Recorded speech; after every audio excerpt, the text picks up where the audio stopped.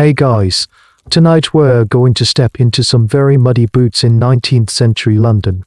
We're not visiting palaces or attending fancy balls. Instead, we're diving headfirst into the grimy, desperate underworld to become. Well, let's call it a resurrection a body snatcher. Honestly, given the sanitation, the rampant disease, and the general misery, you'd probably be lucky to last a week. But tonight, we're not just surviving, we're trying to make a living in one of the most macabre professions imaginable. So before you get comfortable, take a moment to like the video and subscribe, but only if you genuinely enjoy what I do here. And as always, I'd love to see where you're listening from. Drop your city and the time in the comments below. It's always fascinating to see this little community of night owls spread across the globe. Now dim the lights, maybe turn on a fan for that soft background hum, and let's ease into tonight's journey together. The rain doesn't just fall in this part of London, it seeps. It seeps through the cracks in the tenement roofs, through the worn-out soles of your shoes, and it feels like it seeps right into your bones.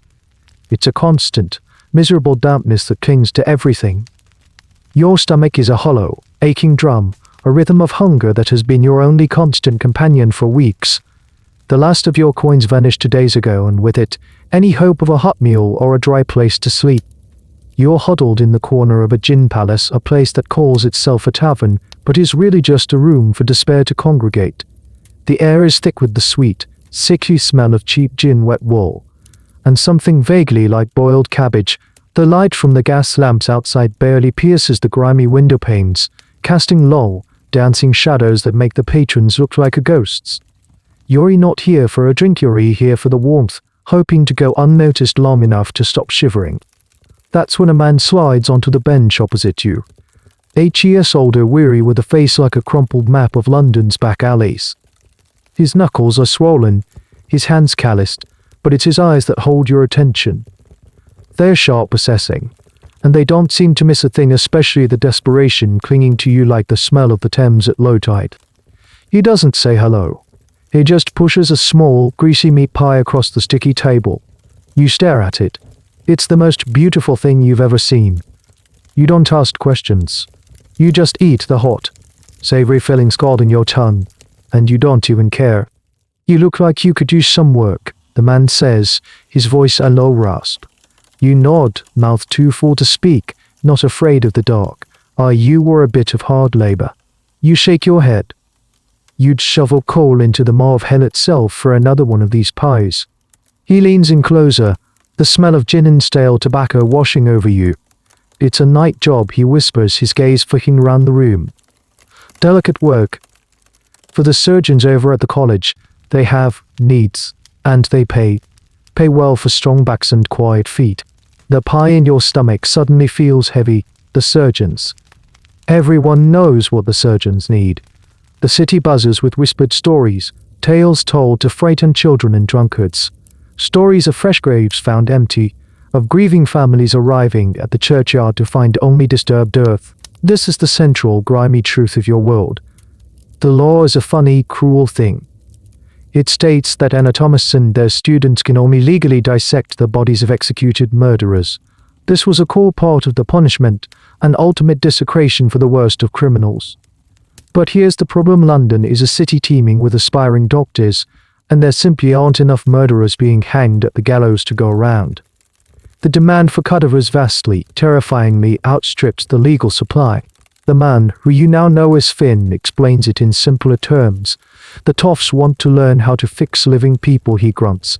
But to do that, they need to practice on the dead ones first. It's just business. A chill, colder than the London rain, runs down your spine. The thought of disturbing a grave, of laying hands on the dead. It feels like a line you weren't ever meant to cross. A sacrilege. But then Finn mentions the money.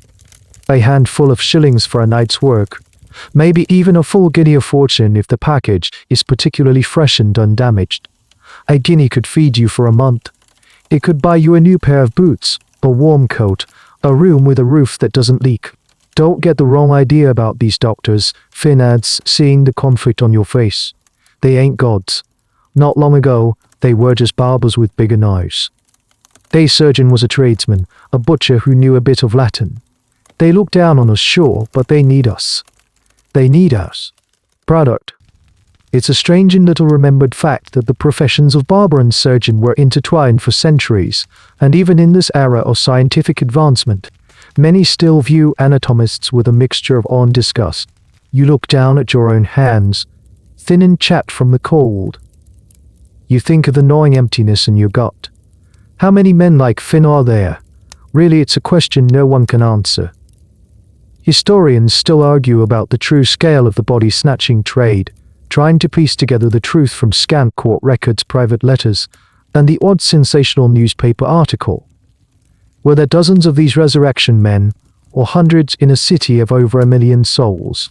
The apathetic and the impoverished are a resource all their own. Finn drains his glass of gin. Meet me at the gates of Street, Giles Cemetery. Midnight. Don't be late.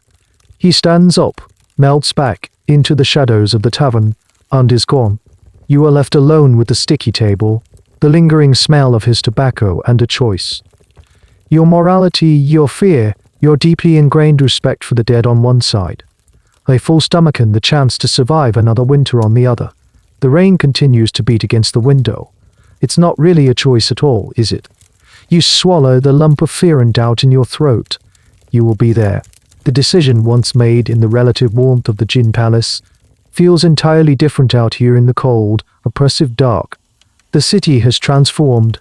The daytime cacophony of street vendors, horse-drawn carts, and shouting children has been replaced by a hushed, watchful silence.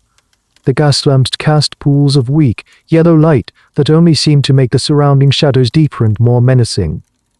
Every gust of wind whistling down a narrow alley sounds like a whispered warning. You pull your thin coat tighter, the fabric doing little to ward off the chill. Your footsteps echo in a vingworm on the wet cobblestones as you make your way towards Street. Giles. This isn't just a walk, it's a pilgrimage from one life to another. With each step, you can feel the person you were, someone who, despite being poor, was at least decent, slipping away. You are walking towards a version of yourself you don't yet know. And you are terrified of him. Your mind churns. Is this what desperation does? Does it hollow you out until all that's left is the raw instinct to survive? You think of your mother, who always taught you to show respect for the dead, to leave pennies on the eyes of the departed for the ferryman. The memory feels like a physical ache in your chest. She would be horrified. The thought is a bitter pill, and you swallow it down, forcing it to settle in the pit of your stomach, on your stomach alongside the fear. You see the iron gates of the cemetery long before you reach them, a skeletal silhouette against the faintly lighter sky. It's a place you've hurried past 100 times, never once wanting to linger. Cemeteries are for mourning, for quiet reflection. Tonight, you are approaching it as a workplace, a mine, and the ore you're seeking is human flesh. Finn is there as promised, leaning against the cold stone wall, looking less like a man and more like a part of the shadows. He doesn't acknowledge your arrival with a word, just a slight nod of his head. He pushes something heavy and wrapped in burlap into your hands. It seedlings softly. Your share of the tools, he mutters, his breath a white plume in the air. Don't lose him, and don't make a sound. You follow him as he skirts the main gate, moving along the high stone wall. The air here is different. It's heavy with the smell of damp earth, decaying leaves, and something else. A sweet, toying scent you can't quite place. The scent of decay.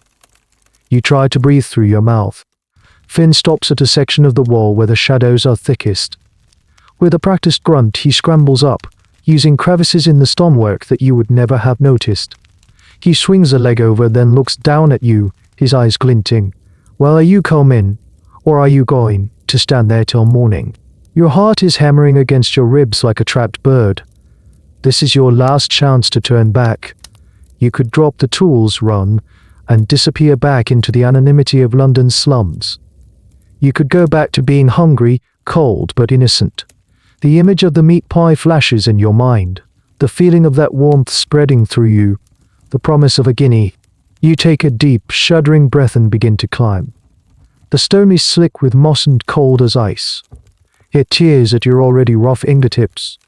When you finally haul yourself over the top, You land with a soft thud on the damp grass inside, the sound deafening in the silence. You are in. The world outside the walls vanishes. Inside, it is a city of the dead, tombstones standing crooked rows like weathered, forgotten teeth.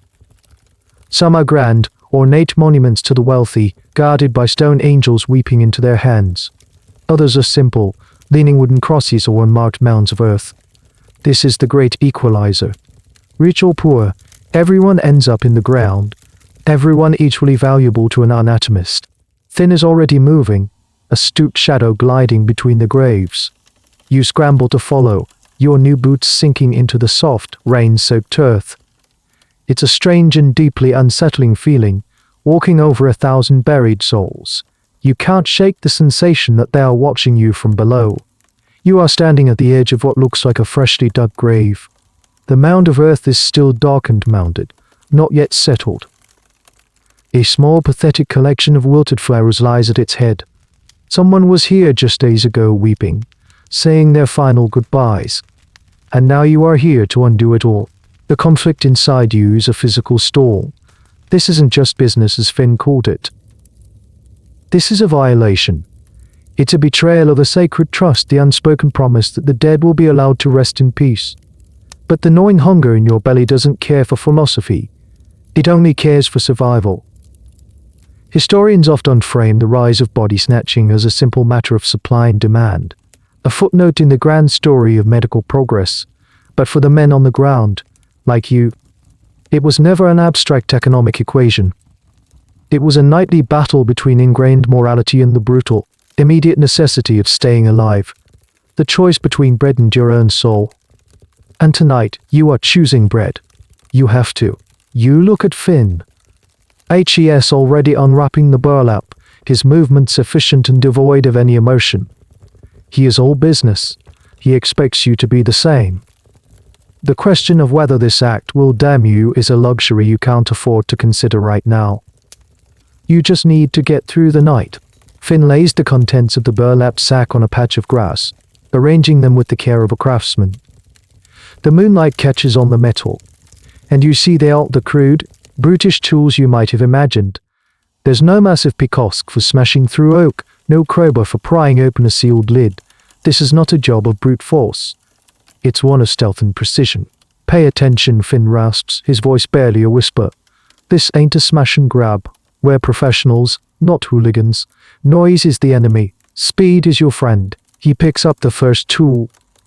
It's a short, sturdy wooden spade, almost like a child's toy, but with a sharp iron edge.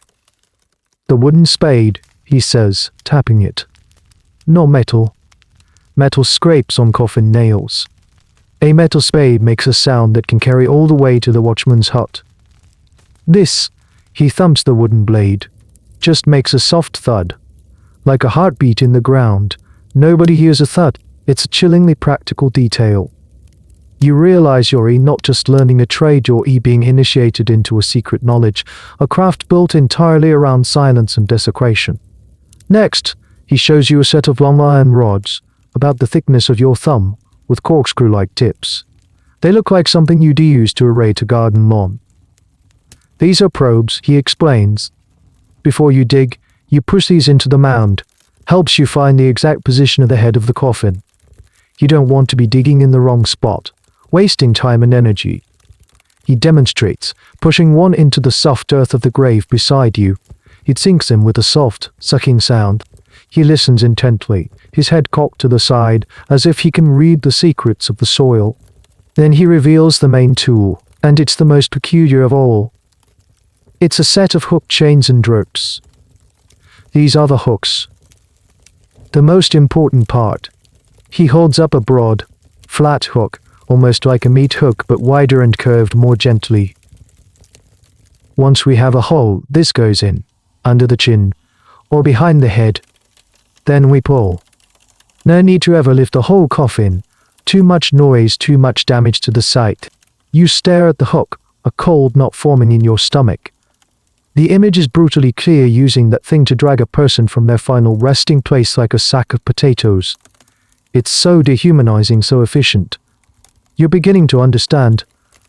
The goal isn't just to steal a body. The goal is to do it in a way that, with a bit of luck and some clever rearranging of the soil, the grieving family might not even notice for weeks. It's an art form in its own grotesque way. Finn seems to notice your hesitation. Look, lad. Anyone can go at a grave with a shovel and make a mess. They're the ones who bring the watch down on all of us. We do it clean. We're like ghosts, in undoubt. And the only thing that's changed is our pockets are a little heavier and the ground is a little lighter. This brings up a small, almost absurd detail of the trade that Finn shares as he works. Many resurrectionists, he tells you, were former gravedogs or gardeners. They knew the soil, they knew the layout of the cemeteries, and most importantly, they knew how to dig a hole and, crucially, how to fill one back and to look undisturbed. It's a bit of a niche skill set, but in this line of work, it's the difference between a guinea and the gallows. Historians sometimes find it difficult to pinpoint which resurrectionists were just desperate men and which were disgruntled cemetery employees using their inside knowledge for a bit of moonlighting. The line was, like the soil itself, often disturbed. He hands you a smaller wooden spade. You'll start the digging. Don't go deep and wide. Go narrow. Right at the head. We found it with the probes. Remember, he points to a spot. He's marked with a twig. Just enough room for one man to work. You take the spade. The wood is smooth and worn from use. You can feel the ghost of Finn's hands on it, and the hands of whoever had it before him. How many graves has this simple piece of wood helped to violate? You hesitate for a second, then plunge it into the earth. The sound is just as Finn described, a soft, muffled thump. It's a sickeningly intimate sound. You are breaking the seal, the sacred ground. The first shovel of dirt feels impossibly heavy, laden with more than just mud and worms. It feels weighted with guilt. You fall into a rhythm. Place the soil carefully onto a large bird. This is another part of the craft, keeping the excavated dirt contained. It prevents a messy sight and makes refiling the hole quicker and cleaner. Every movement is deliberate, economical. You can feel Finn's critical eye on you, judging your every move. You try to mimic his quiet efficiency, pushing away the screaming voice in your head that is telling you to stop. The work is hard. The soil is heavy and wet, clinging to the spade, and soon sweat is mingling with the cold rain on your brow. But the physical exertion is almost a relief. It gives you something to focus on other than the moral gravity of what you are doing. Lift, dump, repeat. This is your reality now. You are no longer a starving man in a gin palace. You are here in the cold, dark earth, a professional in training for the grimmest job in London. The world shrinks to the small, ever-deepening hole at your feet. There's no room for grand thoughts about morality anymore, only the practical realities of the task. Your focus is on the dirt, the stones, the slithering worms caught in the lamplight. But even in this narrow focus, a new kind of knowledge begins to form, a curriculum taught by the graveyard itself. Finn works beside you for a time, then pauses, resting on his spade and watching you. HES not just observing your technique, HES waiting to see if you have the aptitude for the other, more subtle side of the job. You see this ground, he says, his voice a low rumble. It's soft, clay-like. Good for us. It holds its shape, doesn't crumble. Less chance of a collapse. Over by the west wall, it's all sandy. A nightmare. Dig a hole, and it fills itself right back in. You work twice as hard for half the result. HES teaching you the geology of the dead. You start to understand that not all graves are created equal. A burial plot's value isn't just in who occupies it, but in the very soil that covers them.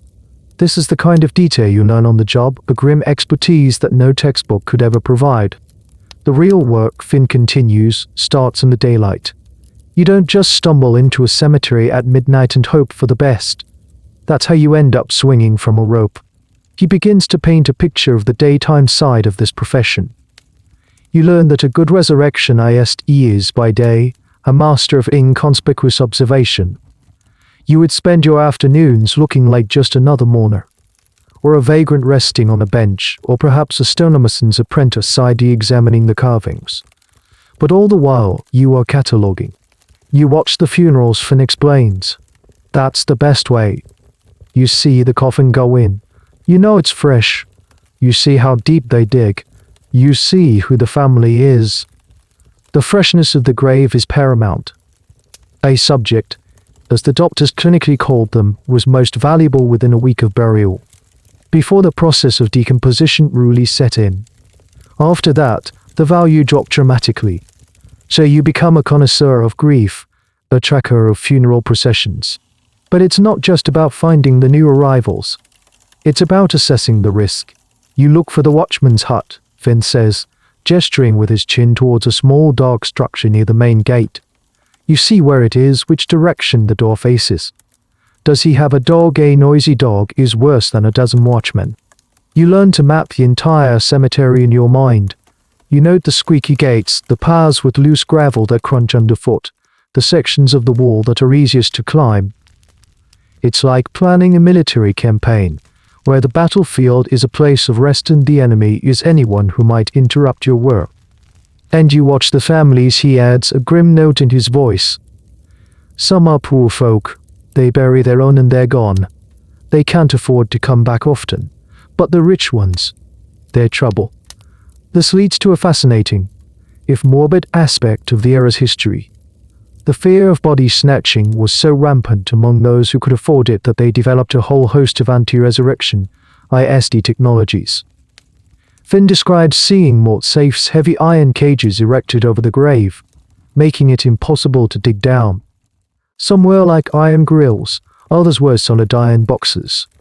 The family would lease them for 6 to 8 weeks, long enough for the body to become undesirable to the anatomist, and then the morgue-safe would be removed to the next client. He even tells you a wild, almost unbelievable tale about a coffin torpedo. It was a small, custom-made explosive device that some families would have installed inside the coffin lid. The idea was that if a resurrectionist tried to pry open the coffin, it would trigger the device, creating a loud bang to alert the watchman and, presumably, giving the would-be thief a nasty surprise. The existence and effectiveness of these coffin torpedoes is something historians still debate. Was it a real, widespread practice or more of a deterrent? A scary story whispered among the criminal underworld. Hearing it from Finn, it feels terrifyingly real. You realize that your job isn't just a battle against the watchman and the law, but a battle of wits against the grieving families themselves. You are locked in an arms race of ingenuity, their iron cages against your wooden spades and silent techniques. As you dig deeper, you start to feel the change in the soil's consistency, just as Finn described. Your spade hits something hard. Not the soft thud of wood, but a sharp clink of metal and stone. You freeze, your heart leaping into your throat. Finn is instantly beside you, dropping to his knees. Stone, he hisses. They buried him in a parish coffin but put a layer of stone slabs on top. Clever bastards. This is a common, cheaper deterrent than a full-blown morgue-safe. It means more work, more time, and more risk. You now have to carefully pry these stones out, one by one, without making a sound. The simple job has become complicated. You watch Finn use a thin iron lever, wrapping the end in cloth to muffle the sound as he carefully works the first slab loose. His movements are patient, precise. He is a craftsman, a safe carker, and the safe is a grave. The night is getting longer, and your first lesson in the art of cemetery reconnaissance has just taken a very practical and very dangerous turn. The silence that follows the clink of your spade on stone is heavier and more profound than any silence you've ever known. It feels like the entire world is holding its breath, listening. Every rustle of a leaf, every distant dog bark, every creak of a tree branch in the wind sounds like the footstep of the approaching watchman. Your body is rigid, every muscle tensed for flight. You imagine the coarse grip of the law on your collar, the jeering crowd, the cold, damp walls of a prison cell. Finn, however, remains in a vinglum calm. He places a hand on your shoulder, a firm, grounding pressure. "Breathe, lad," he whispers, his voice barely audible. "Panic is a noisy guest. We don't have room for him tonight." He listens for a long moment, his head tilted, his senses stretched out into the darkness. After what feels like an eternity, he gives a slow nod. "We're clear. Just a fox, probably. Now, let's deal with these stones." The fear recedes, replaced by a thrumming, high-strung awareness. Your senses feel heightened. You can smell the damp soil more keenly, see the subtle variations in the darkness more clearly. This, you realize, is the state you must live in to do this job, a constant oscillation between paralyzing fear and razor-sharp focus. Working together, you begin the painstaking process of removing the stone slabs. It's a delicate operation. You can't just toss them aside. Each one must be lifted silently, passed from your hands to Finn's, and then placed gently on the burlap sheet. The stones are heavy, and your arms, already aching from the digging, begin to tremble with the strain. Finally, the last slab is out. The hole now reveals the dark, damp wood of the coffin lid. There it is, the barrier between your world and the world of the dead. It looks so mundane, so solid. Just planks of wood, nailed together. Yet it represents a profound boundary. Finn hands you the hooked rope. Your turn, he says. We've made the hole. Now you bring him out. Your hands are slick with a mixture of mud and nervous sweat. The rope feels alien in your grasp. You look from the hook to the coffin, then back to Finn. This is it, the point of no return. You are no longer just a digger, an accomplice. You are the one who will perform the act itself. You take a shaky breath and lie on your stomach at the edge of the pit, the damp earth cold against your chest.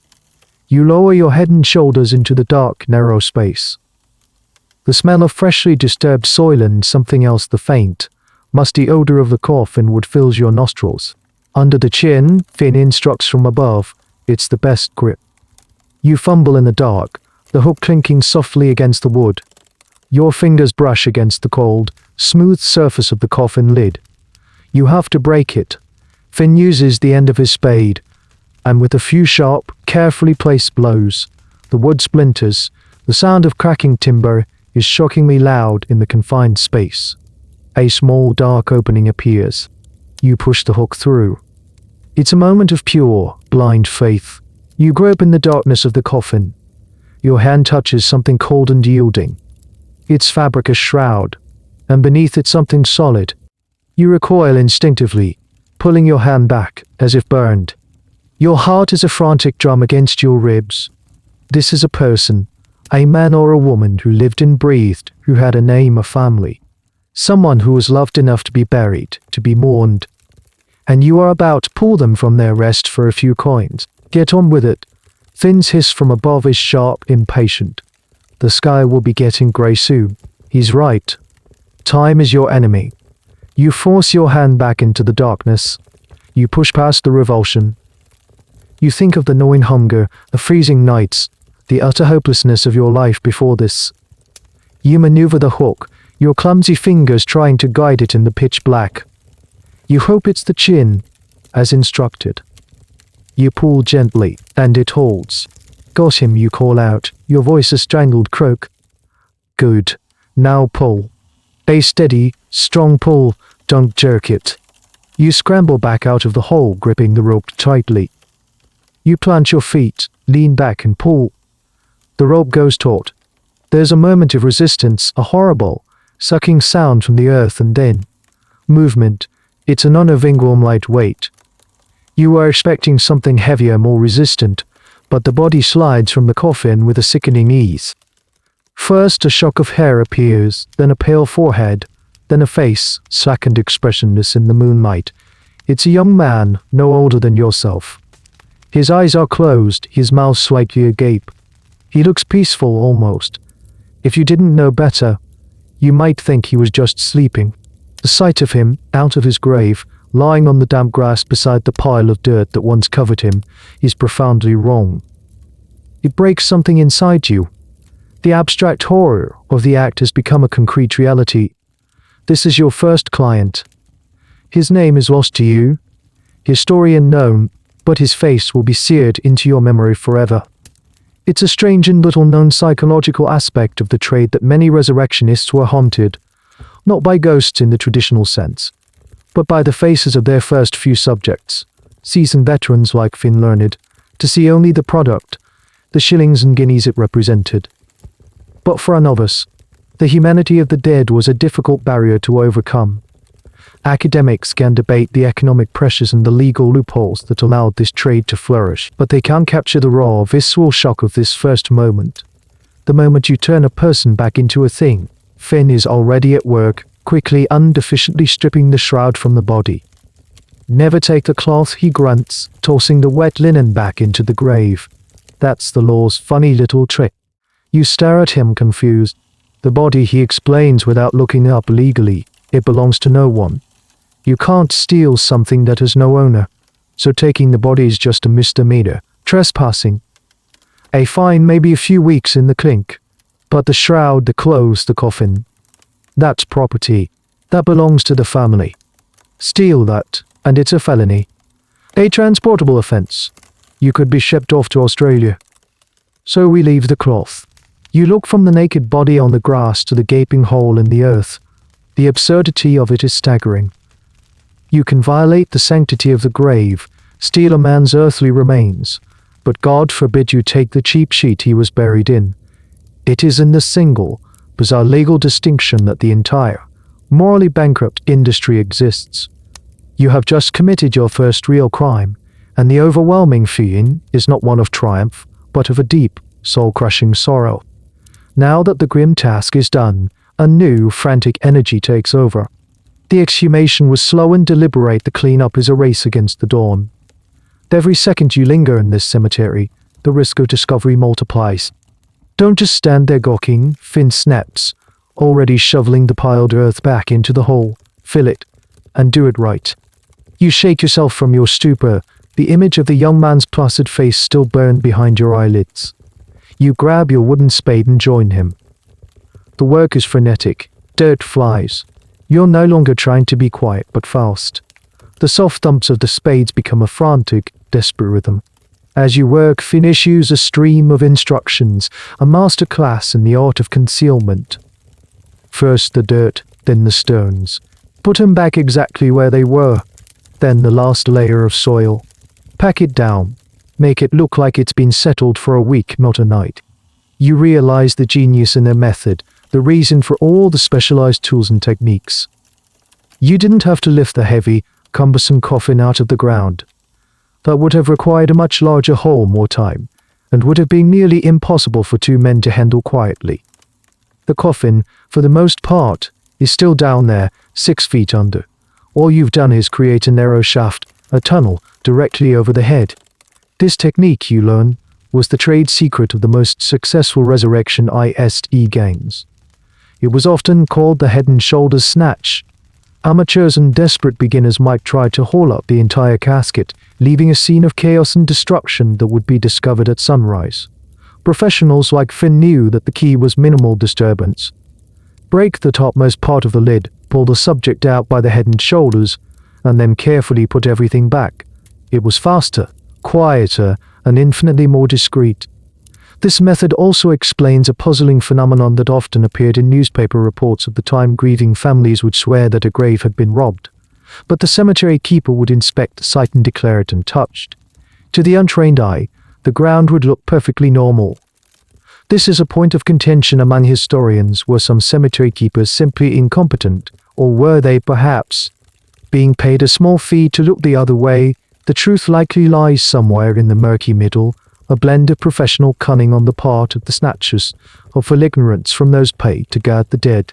Once the hole is filled and the turf is patted back into place, Finn performs the final artistic touch.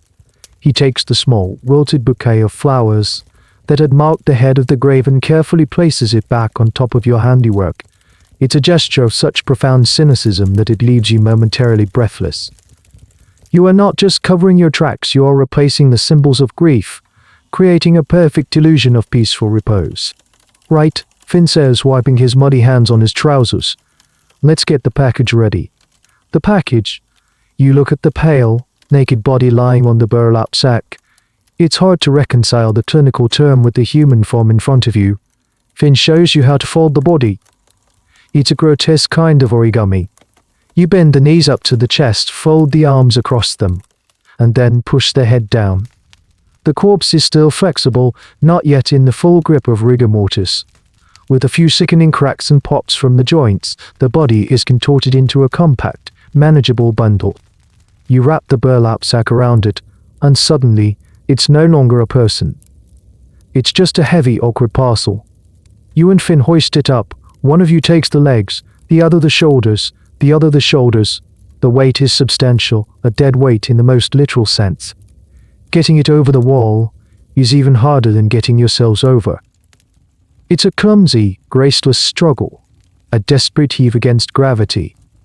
You push while Finn pulls from the top, the sack scraping against the cold stone. For a horrible moment, you think you might drop it, that you'll have to leave your first prize behind. But with a final, grunting effort, the sack tumbles over the wall and lands with a soft thud on the other side. You scramble over after it, your muscles screaming in protest, your hands raw and bleeding. You are back in the world of the living, but you have brought a piece of the dead with you. The journey through the awakening streets of London is a new kind of hell. The sky is turning from inky black to a bruised purple-grey. The first signs of life are appearing: a baker stoking his oven, the clatter of a milk cart in the distance. Every shadow seems to hold a threat. Every approaching footstep sounds like the law. You carry the heavy sack between you, trying to look as natural as two men carrying a lumpy, oversized bag through the pre-dawn city can look. You try to avoid the main thoroughfares, sticking to the labyrinth of dark, narrow alleys. The sack bumps against your legs with a sickening, fleshy rhythm. You can feel the shape of a knee and elbow through the coarse fabric. You focus on breathing, on putting one foot in front of the other. This is the life of a resurrection man. It's not just the grim work in the graveyard. It's the constant, gnawing paranoia, the fear of capture that follows you long after you've left the cemetery walls behind. You are now a carrier of contraband, a walking crime. And the city itself feels like it's watching you, ready to pass judgment. The city is slowly waking up, and your slow, burdened procession through the back alleys becomes increasingly perilous. The smell of coal smoke and baking bread begins to fill the air, a stark contrast to the musty, earthy scent of your cargo. You pass a woman shaking a rug out of a high window, her gaze lingering on you for a second too long. You feel a prickle of sweat on your neck, convinced she can see right through the burlap, right into the heart of your grim enterprise. Finn seems to navigate the maze of streets by instinct, turning left down one narrow lane, right into another, never hesitating. You are heading towards the river, towards the more respectable part of town where the medical colleges stand, proud and stately, their clean stone facades a world away from the filth of street. Giles. As you walk, Finn, in short, clipped sentences, gives you another lesson. This one is on product quality. This one's good, he mutters, breathing heavily from the exertion. Young, fresh, no marks on him, that's what they like. You learn that the anatomists are discerning customers. They have specific requirements, and a resurrectionist's reputation and income depends on his ability to meet them. The ideal subject was one who had died recently, preferably from an accident or a short illness. The body needed to be as entire as possible, with skin unbroken. No pock marks, Finn grunts. The surgeons hate the smallpox. They say the disease lingers, that it can spread in the dissecting room. Superstitious if you ask me, but it's their money. This was a very real concern in the 18th and 19th centuries. Smallpox was a terrifying and deadly disease, and the fear of it was immense. Anatomists were genuinely afraid of contracting it from a cadaver, even though the actual risk of transmission from a deceased body was likely low. This fear had a direct impact on the resurrectionist's work. A body riddled with the telltale scars of smallpox was practically worthless. You could do a whole night's work, risk prison and public anger, only to have your prize rejected because of a skin condition. Finn also tells you to avoid the drowning victims fished out of the Thames. While plentiful and fresh, their bodies were oft unbloated and discolored from the water, making them poor specimens for studying anatomy. The floaters are a last resort. You only bring one of them if you're desperate. The doctors will haggle you down to almost nothing for them. So you become a morbid appraiser of the dead. You learn to look for the signs of a good death. You scan obituary notices in the newspapers, not out of sympathy, but for leads. I notice about a young man who fell from a scaffold, a prime candidate. An elderly woman who passed after a long, wasting illness less desirable. Her muscles and tissues would be emaciated. There was also a grim seasonal logic to the trade. The winter was the best time for business. The cold weather slowed decomposition, meaning a body would stay fresh for longer. The nights were also longer, providing more cover of darkness. Summer, with its heat and short nights, was the lean season for resurrectionists. This brings up another strange, macabre detail of the time: the bone men and the rag and bone men. These were the lowest tier of scavengers, and sometimes a body that was too decayed for the anatomists could be sold to them. They would boil the flesh off the bones, which could then be articulated and sold as complete skeletons, often to artists or private collectors. It was a hierarchy of decay, a complete and efficient recycling of the human form, driven by poverty and a peculiar set of market demands. The academic debate over the exact relationship between the high-end resurrectionists and these lower-tier bone men continues, as much of their interaction was undocumented and part of the vast, unwritten economy of the streets. Your arms are burning, your shoulders screaming in protest. The sack seems to be getting heavier with every step. You can see the grand, imposing building of the medical college ahead. It looks like a temple, a place of learning and enlightenment.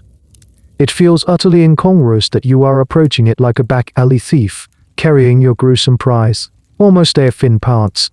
Now the next part is just as important as the dig. The delivery. No one sees us.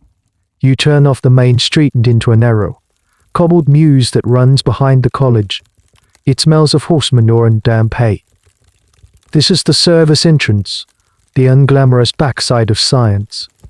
High windowless walls rise up on either side of you, then lead you to a small, sturdy wooden door, set deep into the stone wall. It's unmarked, anonymous. There is no handle, only a small, sliding peephole. Finn lays his end of the sack down and gives a specific, rhythmic knock. 3 quick taps, a pause, then 2 more. A secret code. You wait in the tense silence, your heart hammering.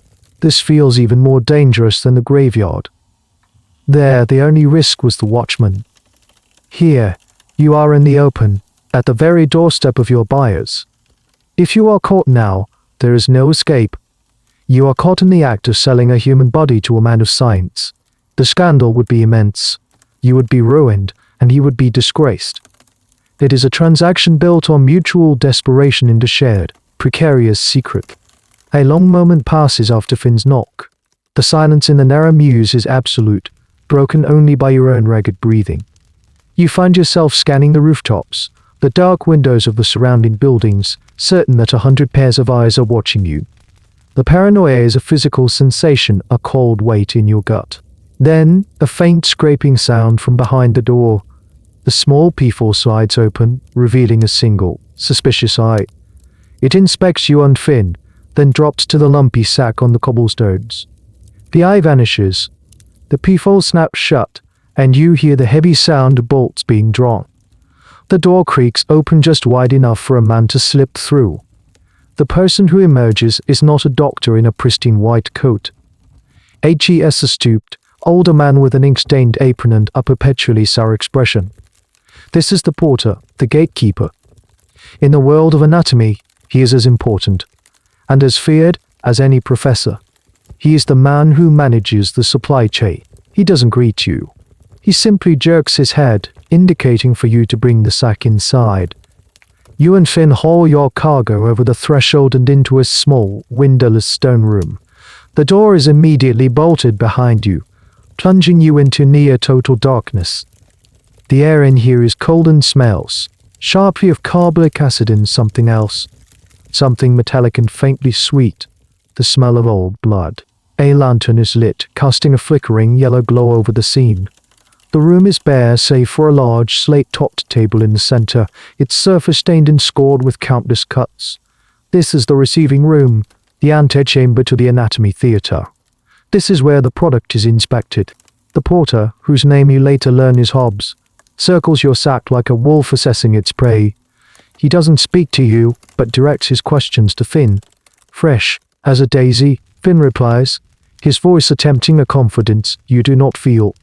Died Wednesday, a fine young buck. Hobbs produces a knife from a sheath on his belt and, with a swift, practiced movement, slits the burlap open. He unceremoniously unrolls the body onto the cold slate table. The young man from the grave now lies under the scrutinizing gaze of the porter, his pale skin looking almost luminous in the lantern light. Hobbs begins his inspection.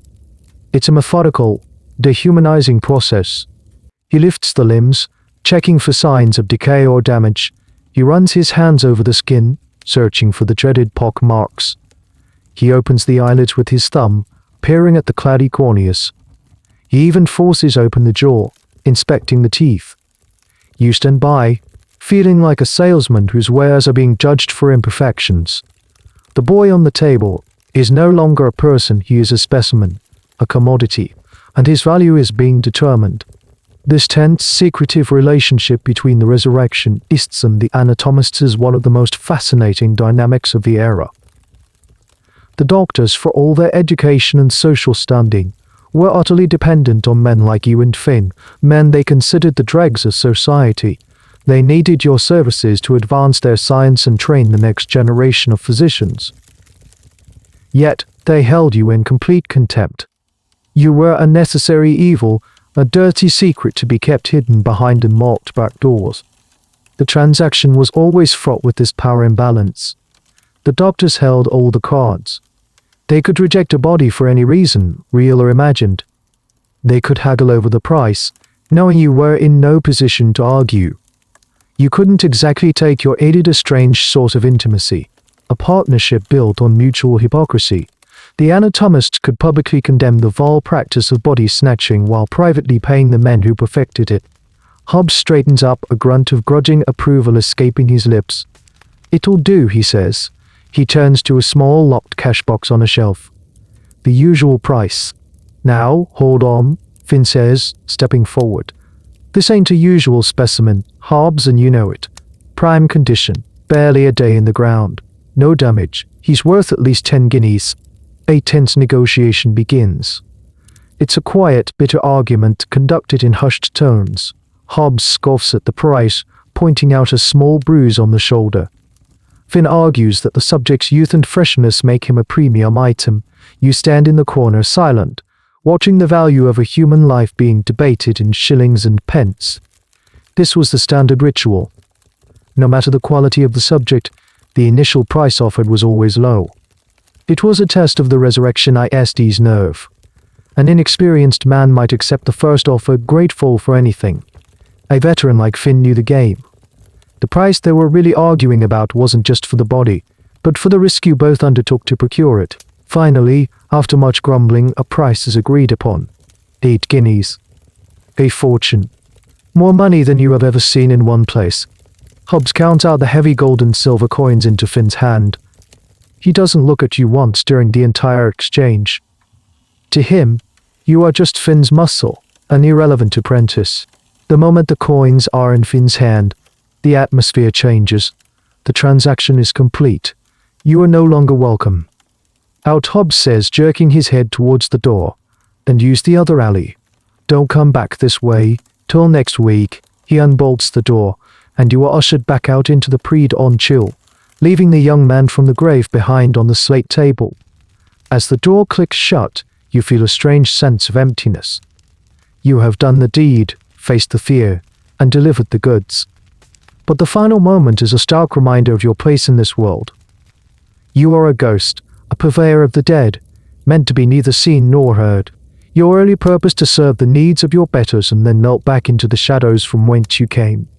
The grand temple of science has its foundations in the grimy underworld, and you are one of its unseen, unthanked architects. You step out of the acrid-smelling stone room and back into the cool, damp air of the muse. The door clicks shut behind you, a final, definitive sound that separates you from your night's work. The young man is now part of the world of science. You are back in the world of survival. Fine doesn't say a word. He just turns and walks, and you follow, the weight of the last few hours pressing down on you. But this time, there's a new feeling mixed in with the exhaustion and the lingering dread. It's the weight of the coins in Finn's pocket. You can hear them, a soft, heavy clinking with every step he takes. It's the most beautiful sound in the world. He leads you not back towards the slums, but to a different part of the city, a district of warehouses and quiet docks. He stops in front of a small, unassuming pub, its windows still dark. A flash house, he calls it. A place where men from the underworld, thieves, coiners, and resurrection could get a drink and exchange information without fear of the law. Inside, it's dark and smells of stale beer and sawdust. Finn pounds on the bar until a sleepy-eyed publican appears.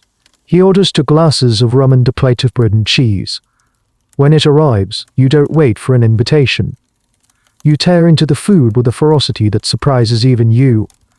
The sharp taste of the cheese, the dense texture of the dark bread, the fiery warmth of the rum sliding down your throat, it's a symphony of sensation. This isn't a greasy meat pie bottom credit, this is a meal you have earned. As you eat, Finn counts the money on the sticky bar top. 8 gleaming gold guineas and a handful of silver shillings. He slides half of the pile across to you, for guineas. You stop chewing and just stare at the coins. They seem to glow in the gloom of the pub. For guineas. It's more than a skilled tradesman might earn in a month. It's enough to change everything. It can buy you a proper room, a warm coat, boots that don't leak, and food, real food for weeks to come. You reach out a trembling hand and touch one of the gold coins. It's cool and heavy. Real. You scoop them up, their weight in your palm, a solid, undeniable fact. This is the payment for the fear, for the image of the young man's face that you know will never leave you. And in that moment a strange and terrible alchemy occurs. The guilt doesn't vanish, not at all. It's still there, a cold, hard stone in the pit of your stomach, but now it has a counterweight. The abstract horror of your actions is now balanced by the concrete reality of this money. You can hold your survival in your hand. You can weigh your soul against your security. This is the moral trap of the resurrection ISD. The first time is the hardest, filled with terror and disgust. But once you have felt the weight of the payment in your pocket, once you have translated that forbidden act into a warm meal and a safe bed, the second time becomes easier to contemplate. The work is still grim, but the reward is now tangible, proven. Finn watches you, a knowing look in his sharp eyes. He has seen this before. He saw it in himself, years ago. The first one's always the worst, he says, taking a long swallow of his rum. You feel like you're damning your own soul to hell. He pauses, then adds, but you'll find that hell is a lot warmer with a full belly and a roof over your head. Historians can write about the economic desperation that drove men to this trade, but they can't fully capture this internal transformation. It's the moment the crime ceases to be a singular, terrible act and becomes a job. The revulsion starts to curdle into a kind of grim pragmatism. You begin to build a wall in your mind, a barrier between the act and the outcome. On one side is the graveyard, the shovel, the cold flesh. On the other is the pub, the rum, the gold coins. You learn to live only on one side at a time. You spend your share of the money that very day. You buy thick wool coats, sturdy new boots, and a loaf of bread still warm from the oven. You eat a hot dinner of stew and potatoes in a bustling chop house, surrounded by the noise and clatter of ordinary life. You rent a small, damp room for yourself, but it has a door that locks and a mattress that isn't crawling with vermin. That night, lying in your new bed, you should feel safe. You should feel relieved. But sleep doesn't come easily. Every time you close your eyes, you see the young man's face, pale in the moonlight. You see him on the slate table in the college's back room. You can feel the phantom weight of the burlaps in your arms, hear the soft clinking of the coins in your pocket. You are no longer just a poor, starving soul. You are a resurrection man. You have a trade, a secret. You have crossed a line, and you know with a chilling certainty that you will cross it again. The guilt is the price of the meal, and the meal is the price of your survival. It's a terrible, endless transaction, and for the first time in a long time, you are not hungry, but you are not kind of prison for another. The 4 guineas in your pocket act as a strange sort of passport. Suddenly, you have access to a world that was previously invisible to you. You are no longer just an apprentice but a member, albeit a junior one, of a clandestine fraternity. Finn starts to take you to the flash houses and low taverns where the resurrection men congregate. It's in these smoky, gin-soaked backrooms that you learn the unwritten rules and the brutal politics of your new profession. You quickly discover that the graveyard territories of London are carved up as fiercely as any kingdom. Certain gangs, or sets, as they call themselves, have exclusive rights to specific cemeteries. The Southwark Gang, known for their ruthlessness, controls the ground south of the river. A wily group of ex-sextons' assistants claims the bountiful new burial ground in the west. To work in a cemetery that isn't yours is a grave offense, an invasion of territory that is often punished more swiftly and brutally than any court of law could manage. One evening a man stumbles into the tavern, his face a bloody mess, one eye swollen shut. He is a freelancer who thought he could dig in street, Merlebon's grounds without permission.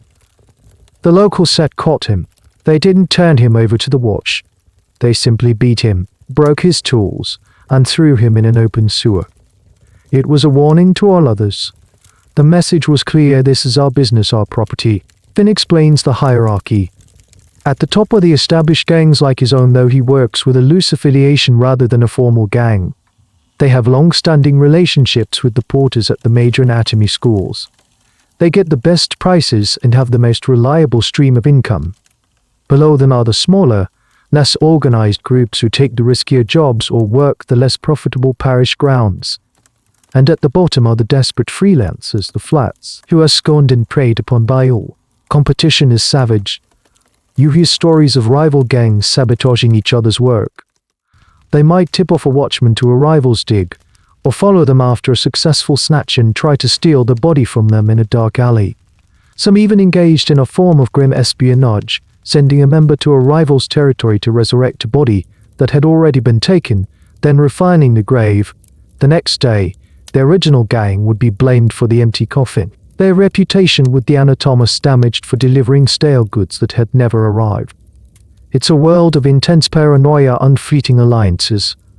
You learn to read the subtle cues in the tavern: who is speaking to whom, who is buying drinks for whom, whose eyes harden when another man walks into the room.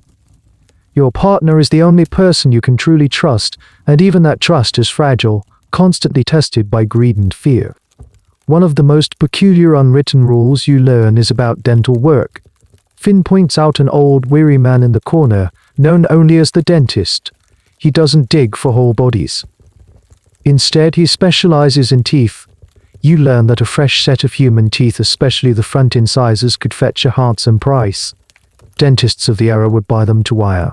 Onto wire, onto wire, onto wire, onto wire, onto wiry, or hippopotamus bone plates to create dentures for their wealthy clients. This gives rise to a strange niche in the trade.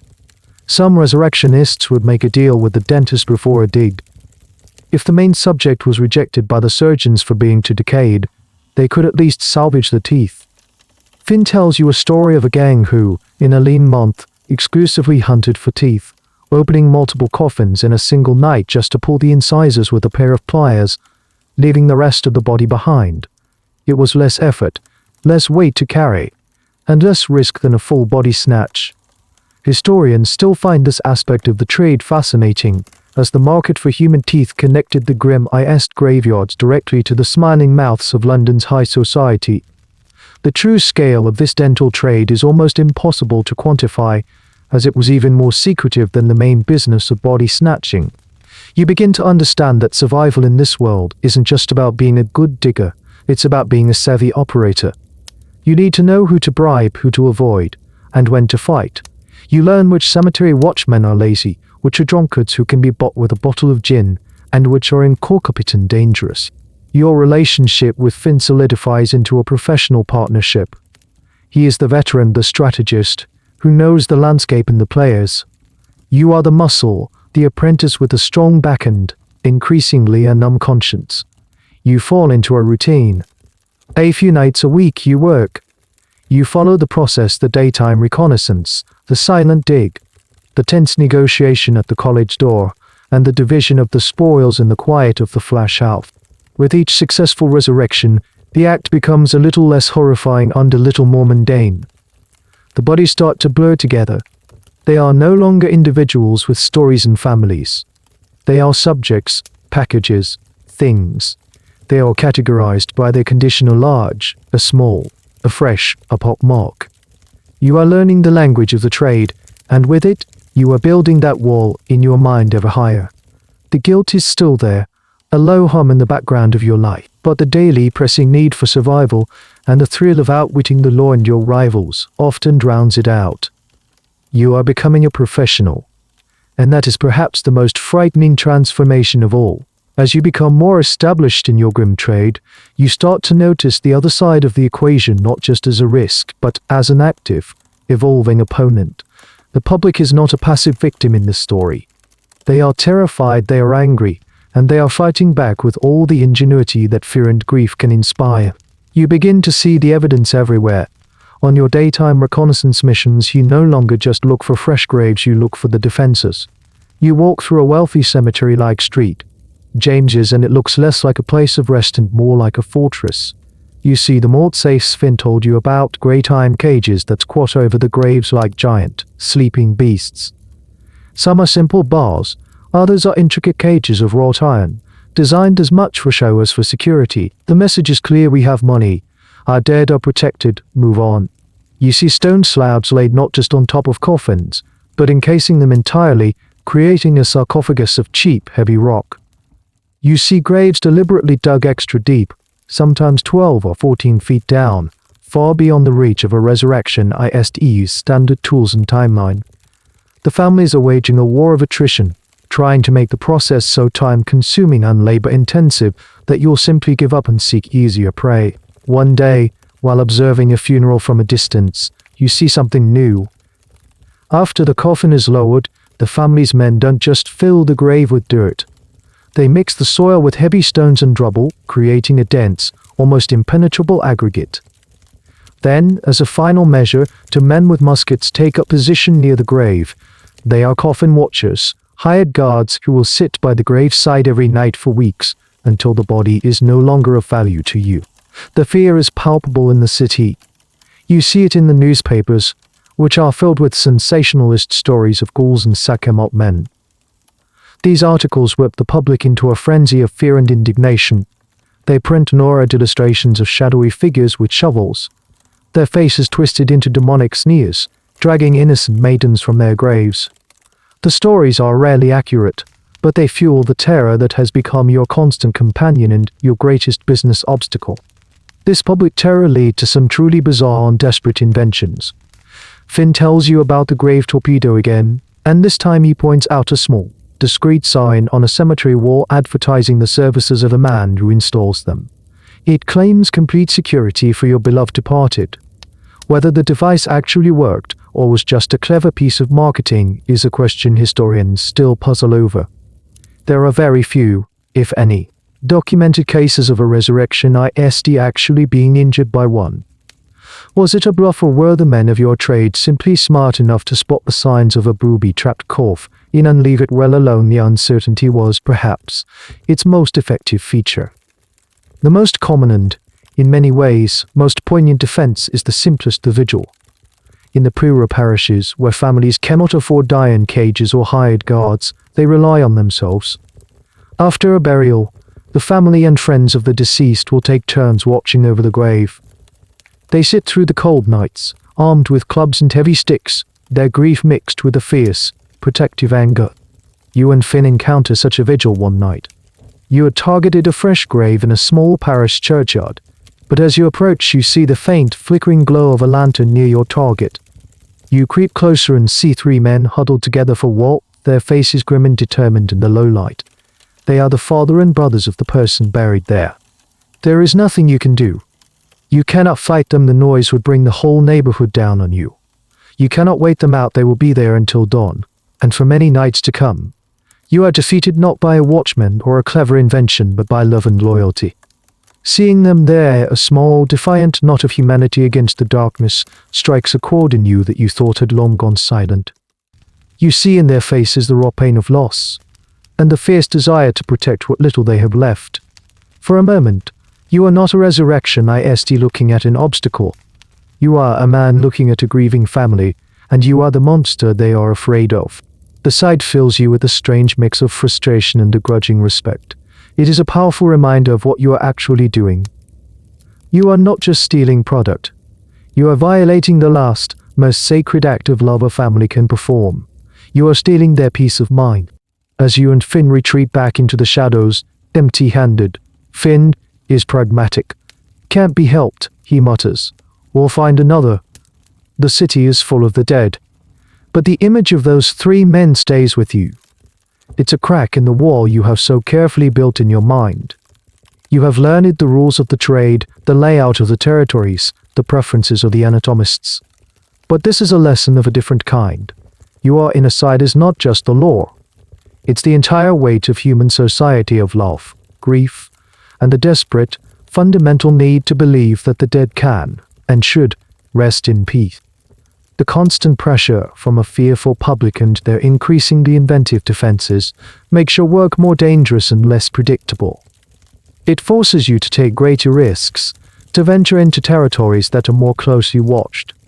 And that means more frequent encounters with the official guardians of the graveyards, the watchmen. Most watchmen are old soldiers, men to worn for war but still capable of carrying a lantern and a heavy stick. They are poorly paid, often drunk, and generally more interested in the warmth of their hut than in patrolling the cold, damp cemetery grounds. They are a manageable risk, an obstacle that can often be overcome with a bribe or simple stealth.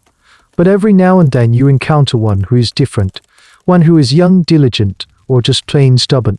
One moonless, bitterly cold night, you and Finn arg at a promising grave in a large, sprawling cemetery you haven't worked before. It's the recent burial of a wealthy merchant, promising a subject in good condition and, hopefully, a handsome payment. You do your usual reconnaissance, noting the predictable pattern of his patrol. He seems to be one of the lazy ones, making a quick round every hour and then retreating to his fire. You wait for him to pass, a shuffling shadow with a swinging lantern, and then you slip over the wall. The ground is hard, partially frozen, making the digging difficult and noisy. Every scrape of the spade on the icy soil sounds like a pistol shot in the profound silence. Your nerves are stretched taut. You are about halfway to the coffin when you hear it. A soft crunch of gravel on a path nearby. It's not the heavy, shuffling tread of the old watchman. This is a lighter, quicker step. Finn freezes, his hand shooting out to stop you. You both drop to the ground, pressing yourselves flat against the cold earth behind a large, ornate tombstone. You hold your breath, your heart hammering a frantic rhythm against the frozen ground. A figure emerges from the darkness. It's not the old watchman, it's a much younger man, holding a lantern high. He moves with a purpose the old man lacked, his head constantly turning, scanning the rows of graves. This must be his son, or a new hire, someone eager to prove his worth. This is a complication you hadn't planned for. He walks down the path, getting closer to your position. The pool of light from his lantern swings back and forth, cutting through the darkness. It sweeps over the graves, getting closer and closer to your hiding spot. You press yourself harder against the tombstone, trying to will yourself invisible. You can see the details of his face now, young, determined, a face that wouldn't be easily bought with a bottle of gin. The light washes over the grave you were digging. It pauses. You see the young man's body go still. He has seen the disturbed earth. For a moment that stretches into an eternity, he doesn't move. He just stands there staring at the half-dug hole. You are trapped. If you run, he will raise the alarm. The cemetery is large and walled, you'd never make it out before help arrived. If you stay hidden, he will eventually find you. Then he does something unexpected. He doesn't run for help.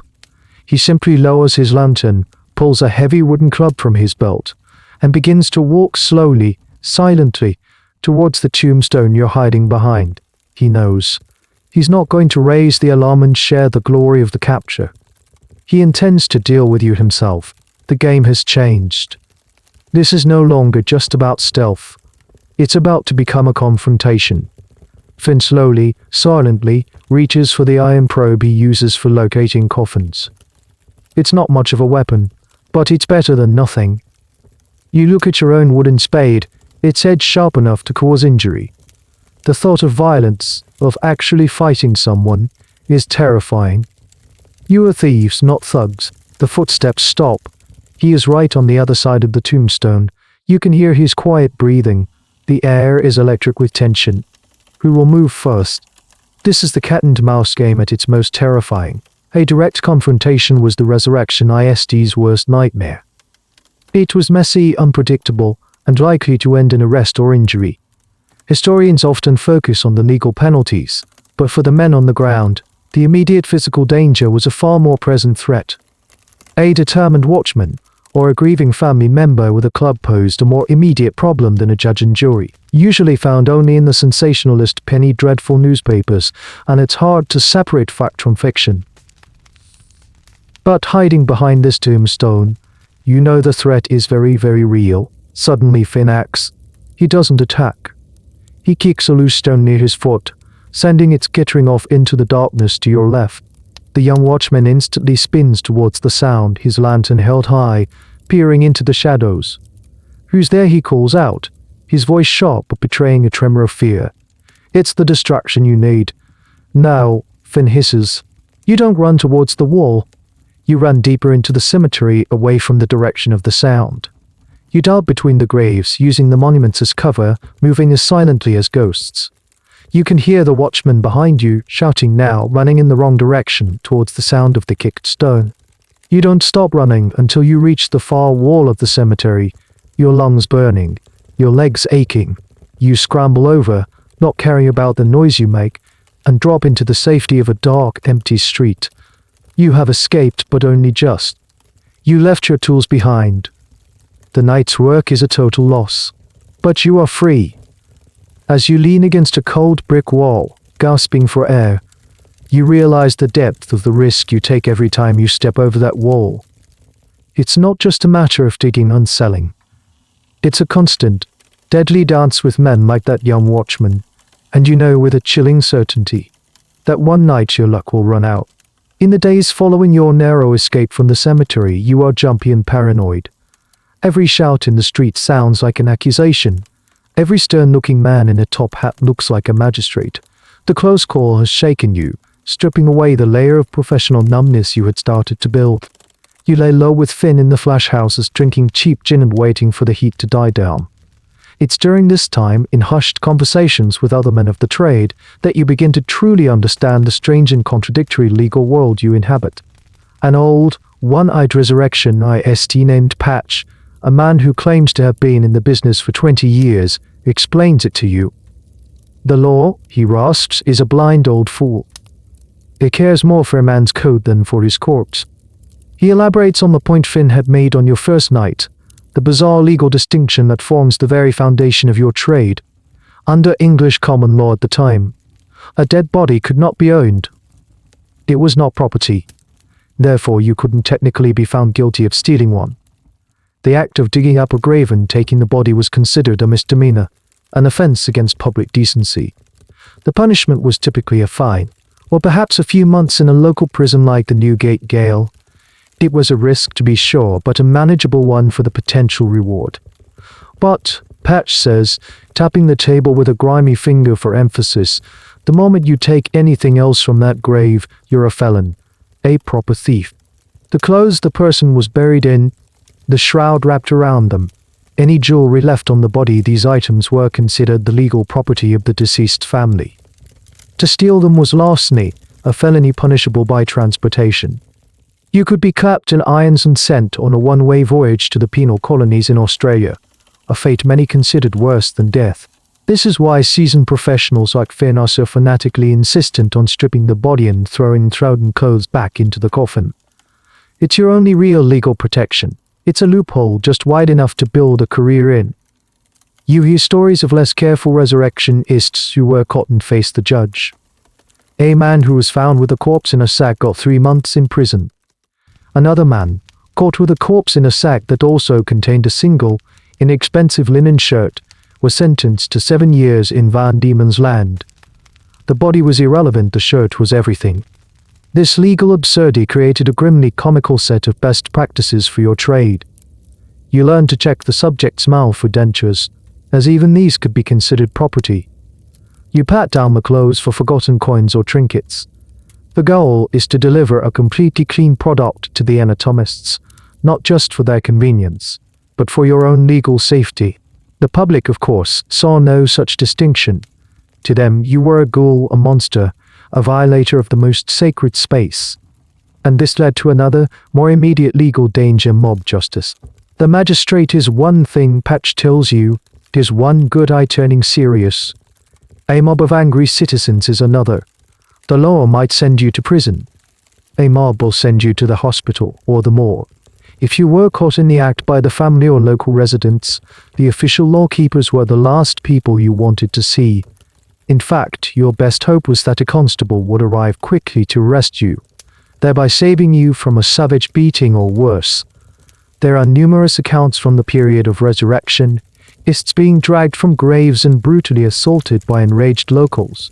They were pelted with stones thrown in ponds and beaten senseless. The public's outrage far outstripped the law's prescribed punishment. This creates a paradox that historians still find compelling. Resurrectionists operated in a legal grey area, committing an act that society found abhorrent, but that the law treated with relative leniency.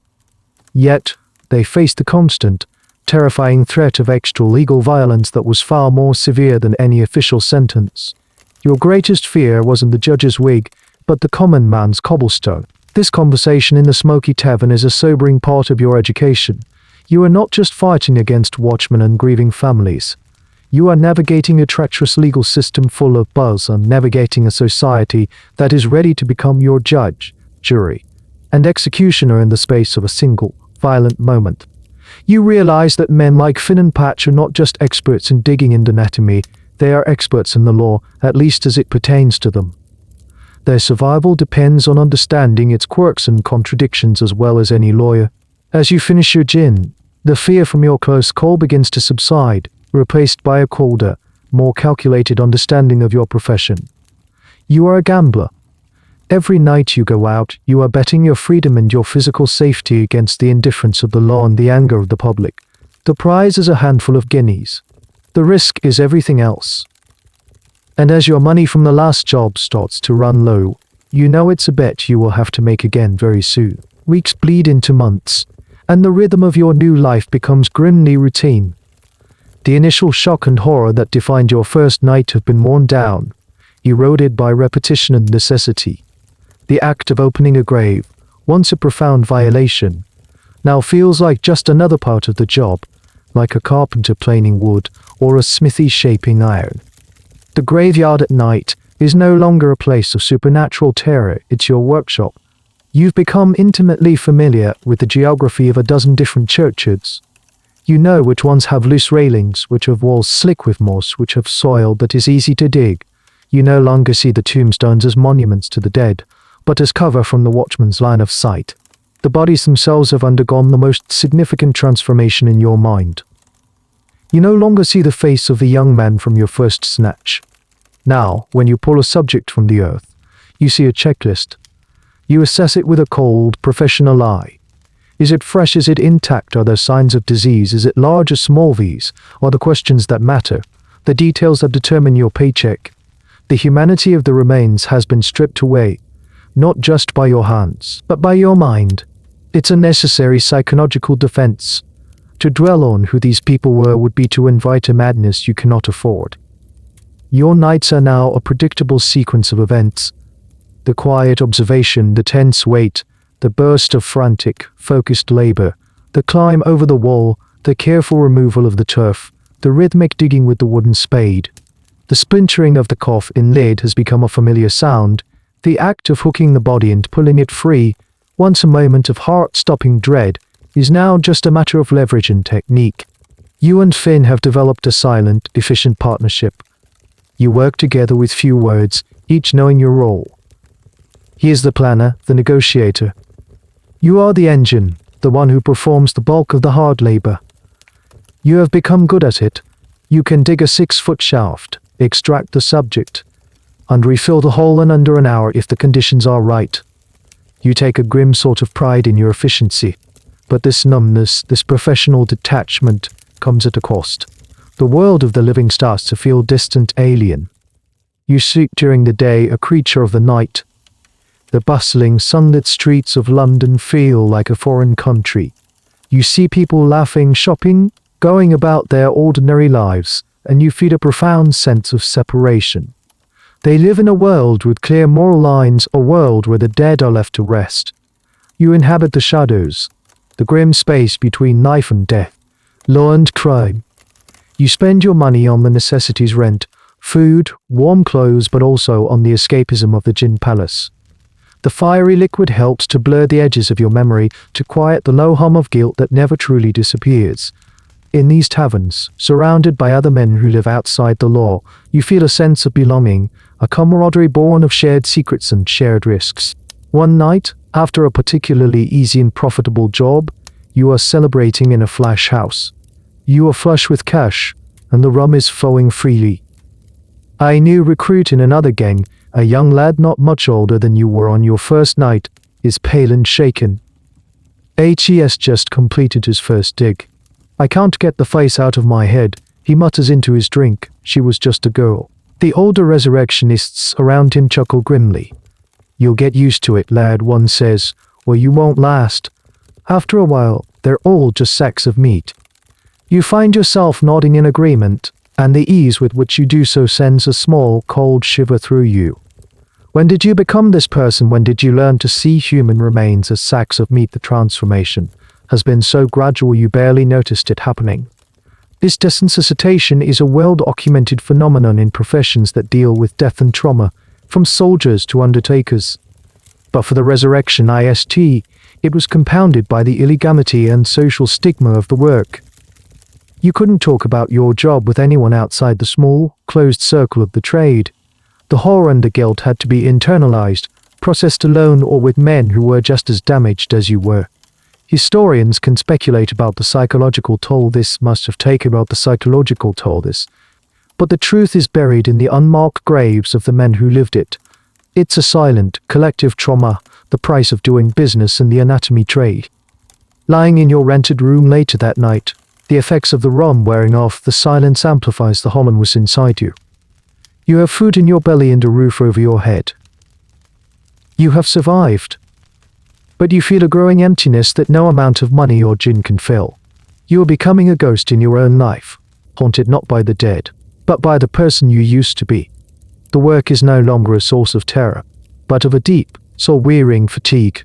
It is simply what you do, and the routine of it all is, in its own way, more terrifying than the initial fear ever was. Just as you feel you've mastered the grim rhythm of your trade, the business throws a new variable at you. The demand from the anatomy schools, while steady, is not infinite. There are other resurrectionist gangs, all competing for the same limited number of buyers. Sometimes after a successful night's work, you'll arrive at the college door only to be turned away by a grumpy porter. Full up for the week, he'll mutter. Tri-Street, Thomas's. You're left with a subject on your hands and nowhere to immediately sell it. This is a dangerous situation. Patrolling the streets with a body in a sack is risky enough for a short journey. Doing it for hours, trying to find an alternative buyer, is courting disaster. It's during one of these frustrating nights, after being rejected by 2 different colleges, that Finn introduces you to a lucrative and slightly less cumbersome sideline, the dental trade. If the surgeons don't want the whole pig, he grunts, as you huddle in a dark alley, debating your next move, we can at least sell the trotters. He leads you not to another hospital, but to a dingy, unassuming townhouse in a respectable-looking square. The brass nameplate on the door identifies the resident as a surgeon-dentist. This is a different world from the back doors of the anatomy schools. Here, you knock on the front door, albeit at an ungodly hour. A servant answers, clearly accustomed to such late-night callers. You are led into a small, private study, not a cold stone receiving room. The dentist is a well-dressed man with soft hands and a polite, almost cheerful demeanor. He examines your product not for its anatomical completeness, but for one thing only, the quality of its teeth. Ah yes, he says, peering into the mouth of the corpse you've partially unrolled on his floor. A fine set. Young, strong, no decay. Excellent. He produces a terrifying-looking tool, a dental key, which looks like a cross between a corkscrew and a pair of pliers. With a series of sharp, brutal twists and cracks, he extracts the front teeth, the incisors and canines from the upper and lower jaws. He ignores the molars, they are of no value. He only wants the visible, smiling teeth. He places the bloody teeth in a small porcelain dish, rinses them in a bowl of water, and inspects them again. Splendid, he murmurs, and pays Finn a handful of shillings. It's not the guineas you'd get for a full body, but it's far more than nothing. It's enough to cover your expenses for the night and buy a few drinks. You've salvaged the operation from being a total loss. This opens up a new, strange chapter in your career. You learn that teeth are a commodity all their own. The reason for the demand is the abysmal state of dental health in the 19th century. Sugar was becoming more common, and dental hygiene was practically non-existent. Wealthy individuals who had lost their own teeth to decay or disease were desperate for convincing replacements. The best dentures of the era were known as Waterloo teeth. This grim nickname arose after the Battle of Waterloo in 1815, when scavengers, including, it's rumored, some enterprising resurrectionists descended on the battlefield to pull teeth from the mouths of the thousands of dead young soldiers. These healthy, strong teeth were sold to dentists across Europe and became the gold standard for high-quality dentures. A rich lord or a fine lady in London could be smiling with a set of teeth that had once belonged to a French grenadier or a British infantryman. Your work is a continuation of that ghoulish harvest. You are providing the raw materials for the smiles of the upper class. The dentist would boil the teeth, file the roots, and then rivet them into a base carved from hippopotamus ivory or walrus tusk. It was intricate, skilled work, and the final product could be indistinguishable from a natural set of teeth, at least from a distance. This dental work becomes a regular part of your business model. Sometimes you'll target a grave specifically for the teeth, especially if you know the deceased was young and healthy but the grave is in a location too risky for a full exhumation. A quick snatch and grab for the teeth is faster and quieter. You can be an undoubted in 20 minutes. The practice is, in some ways, even more unsettling than stealing the entire body. There is a grotesque intimacy to it, to be leaning over a corpse and focusing so intently on its mouth. It's also a stark illustration of how every single part of the human body could be commodified by the desperate and the inventive. The existence of this parallel market is a topic that continues to fascinate and frustrate historians. Because it was a cash-based, illicit trade conducted between resurrectionists and supposedly respectable professionals, official records are almost non-existent. We know it happened from dentists' private ledgers, satirical cartoons of the period, and the occasional court case, but its true scale remains a matter of speculation. Was it a small, opportunistic sideline, or a major organized enterprise? For you, it is simply a part of the job. Some nights you are a resurrection man, supplying the needs of science. On other nights, you are a tooth hunter, supplying the needs of vanity. Both jobs require you to violate the dead. Both pay for your survival. You learn not to think too deeply about the final destination of your goods, whether it's the anatomist's slab or a debutante's smile. To do so would be to acknowledge the vast, interconnected web of hypocrisy and desperation that you are now an integral part of. The addition of the dental trade and the steady flow of work should make your partnership with Finn more stable, but in the underworld, success often breeds suspicion. The bond between resurrectionists is forged in shared danger, but it is a brittle thing easily shattered by greed and paranoia. As your earnings increase, so does the tension. The division of the spoils, once a simple having of the coins, becomes a point of quiet contention. You do the majority of the digging, the heavy lifting, the gut-wrenching work of handling the bodies. Finn handles the negotiations, the planning, the business side. Who is more valuable, who deserves the larger share? The question hangs unspoken in the air every time Finn counts out the money on a sticky tavern table. You start to feel a prickle of resentment. You are no longer the naive, starving boy he recruited. You know the trade now. You know the risks because you live them in the cold, damp earth. Does he still see you as just the muscle, the apprentice? The tension comes to a head one night after a particularly difficult job. It was an older subject, one you knew the colleges would likely reject. But the grave was easy, and you were both desperate for funds. The digging was straightforward, but when you pulled the body from the coffin, the state of decay was worse than anticipated. The smell was overpowering, and the skin had begun to slip. At the college door, the porter, Hobbs, took one look and laughed in your faces. "Get that rotten thing out of here," he sneered. "I wouldn't take that if you paid me." Dejected and empty-handed, you resort to the backup plan, the dentist. But even he is unimpressed. The teeth are worn and stained. He gives you a pittance, barely enough to cover the cost of the rum. You'll need to wash the memory of the night away. Back at the flash house, Finn divides the meager earnings. He pushes a few shillings across the table to you, keeping a slightly larger share for himself. What's this, you ask, your voice low. It's the take, Finn says, not meeting your eye. Wasn't much. You took more, you state. It's not a question. I handled the talk with the dentist, he counters, his voice defensive. My connection, my negotiation. I handled the body, you shoot back, your voice rising. I was the one down in that hole breathing that in. We agreed, half and half. The argument escalates, fueled by rum and the frustration of a failed night. Voices are raised.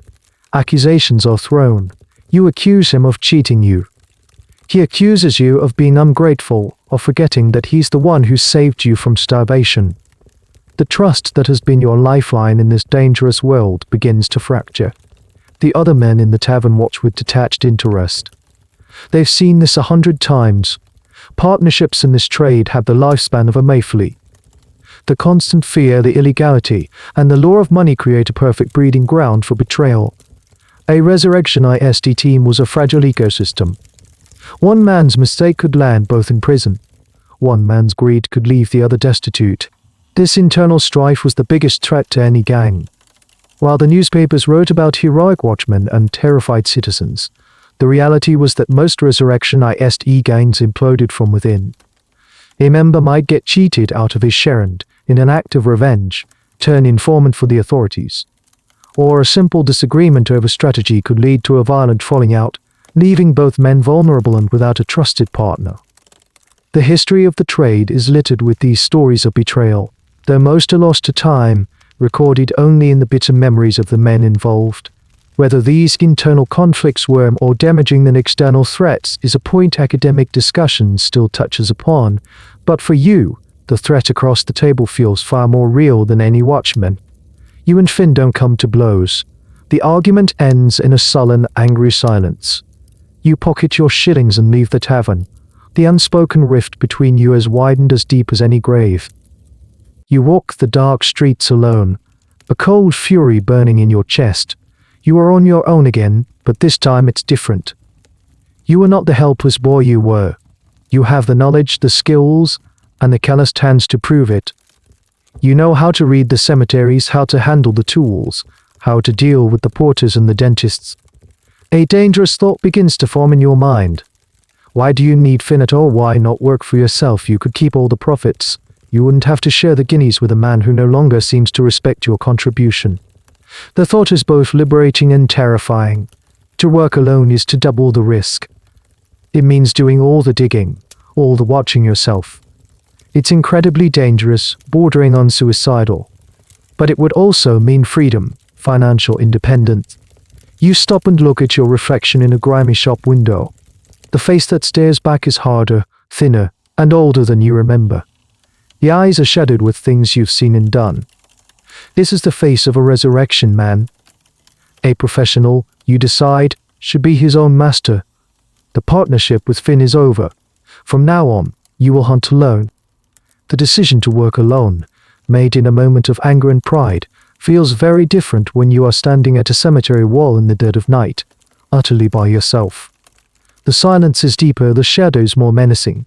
There is no one to watch your back, no one to whisper a word of encouragement or warning. The fear which you had managed to numb to routine and partnership returns with a vengeance. Your first few solo attempts are failures. You choose a small, out-of-the-way parish graveyard, hoping it will be unguarded. But the work that was manageable for 2 men is crippling for 1. Digging the shaft takes twice as long. Your muscles scream in protest. Every sound makes you freeze, your head snapping up, straining to hear over the frantic pounding of your own heart. Worse is the problem of extraction.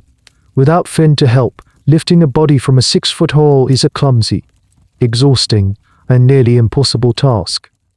Your hands raw, your breath coming in ragged gasps. On one occasion, you lose your grip, and the body slumps back down into the grave with a sickening thud. You have to abandon the effort, refiling the hole in a state of frantic, sweat-soaked panic, leaving your prize behind. The loneliness is a physical presence. It gnaws at you. In the graveyard, you are haunted by the silence. In the city, you are invisible. You have no one to talk to about your near misses, your frustrations. The small fraternity of the flash houses now views you with suspicion. You are a flat, a freelancer, and therefore an outsider, a potential competitor. Finn is there sometimes, working with a new, younger partner, and he looks right through you. Your money dwindles. The sturdy boots you bought have worn thin. The warmth of the wool coat is a distant memory. Hunger, your old enemy, begins to return, a dull ache in your belly. Desperation forces you to become reckless. One night, driven by hunger, you choose a grave that is too fresh to public. It's in a busy churchyard, and you know the risk is high, but you are out of options. As you are frantically working, a dog starts barking nearby. Then a light appears in a window. A shout rings out. Thief, in the churchyard. Panic, cold and absolute, seizes you. You scramble out of the half-dug hole and bolt. You don't even think to grab your tools. You just run. Doors are flung open. Figures spill out into the street, silhouetted by the lamplight. It's a mob, a local community roused to fury. You hear them behind you, their angry shouts echoing in the narrow streets. There he is. Get him. This is the resurrectionist's ultimate nightmare, the one Patch warned you about. This is not the law. This is not a constable with a warrant. This is raw, collective rage. You run harder than you have ever run in your life, your lungs on fire. But they are gaining on you. You risk a glance over your shoulder and see their faces twisted with fury. These are ordinary people, bakers, cobblers, clerks transformed into a single-minded entity of vengeance.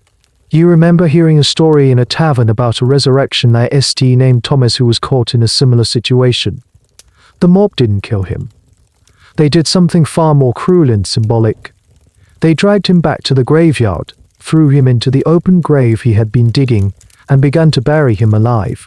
They shoveled the dirt onto him, ignoring his screams, until a belatedly arriving constable pulled him out, half suffocated and broken.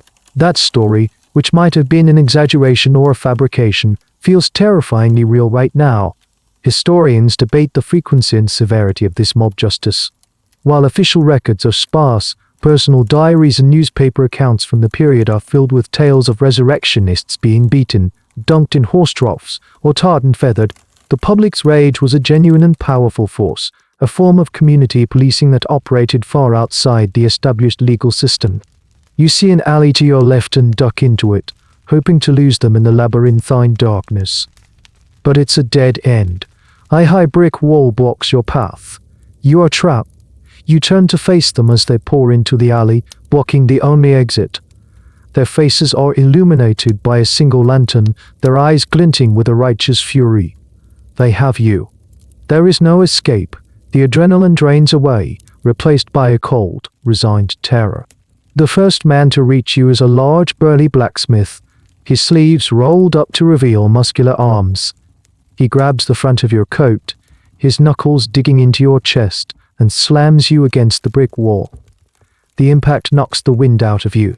"We caught you, you ghoul," he snarls, his face inches from yours, his breath smelling of stale ale. "Digging up honest folk, defiling our dead." You look past him at the faces in the crowd, men and women, their expressions a mixture of hatred and fear.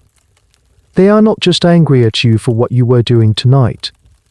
They are angry at you for every whispered story of an empty grave, for the fear that their own loved ones are not safe, even in death. You are the focus of all their anxiety, the monster from their nightmares made real, and they are about to exact their own terrible form of justice. The blacksmith's grip is like iron. He shakes you, your head smacking against the cold, rough bricks of the wall. The world swims in a dizzying, painful blur. The faces of the mob merge into a single, monstrous entity of rage. You can smell their sweat and their anger. This is it. This is how it ends.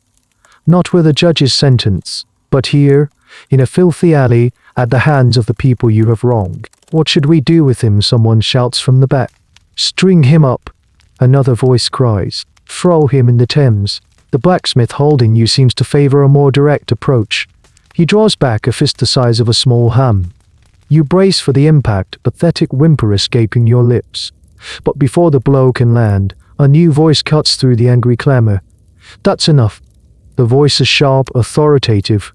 The crowd parts, and a man steps through. He is well dressed in a dark, respectable coat-top hat, and he carries a surgeon's bag. He is older with a stern, intelligent face and eyes that seem to see everything. It takes you a moment to place him.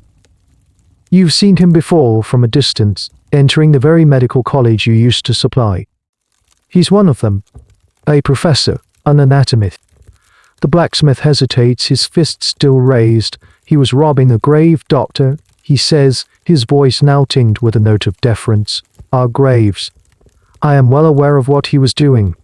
The doctor says, his cool gaze sweeping over you. He doesn't look at you with contempt, but with a kind of weary, clinical assessment, as if you were a specimen on a table. But this is not the way. Beating him to a pulp in an alley will solve nothing. It will only make you as savage as you believe him to be. He is a matter for the law. The crowd murmurs, their righteous fury dampened by the doctor's calm authority. He is a man of science, a gentleman. His presence here lends the sordid of fairest range new gravity. The doctor steps closer and looks directly at you. His eyes are piercing. Is this what you do for a living, son? You feed on the dead. You can only manage a weak, terrified nod. He sighs, a sound of profound disappointment. And what do you think we do with the subjects you and your kind bring us? He asks, his voice quiet but carrying in the sudden silence. Do you think we perform some dark ritual? Do you think it is for our amusement? He doesn't wait for an answer. He turns to the crowd, his voice rising, becoming the voice of a lecturer in a grand hall. I will tell you what we do. We learn. We take the terrible, silent gift of the dead, and we use it to help the living. He gestures vaguely towards the direction of the college.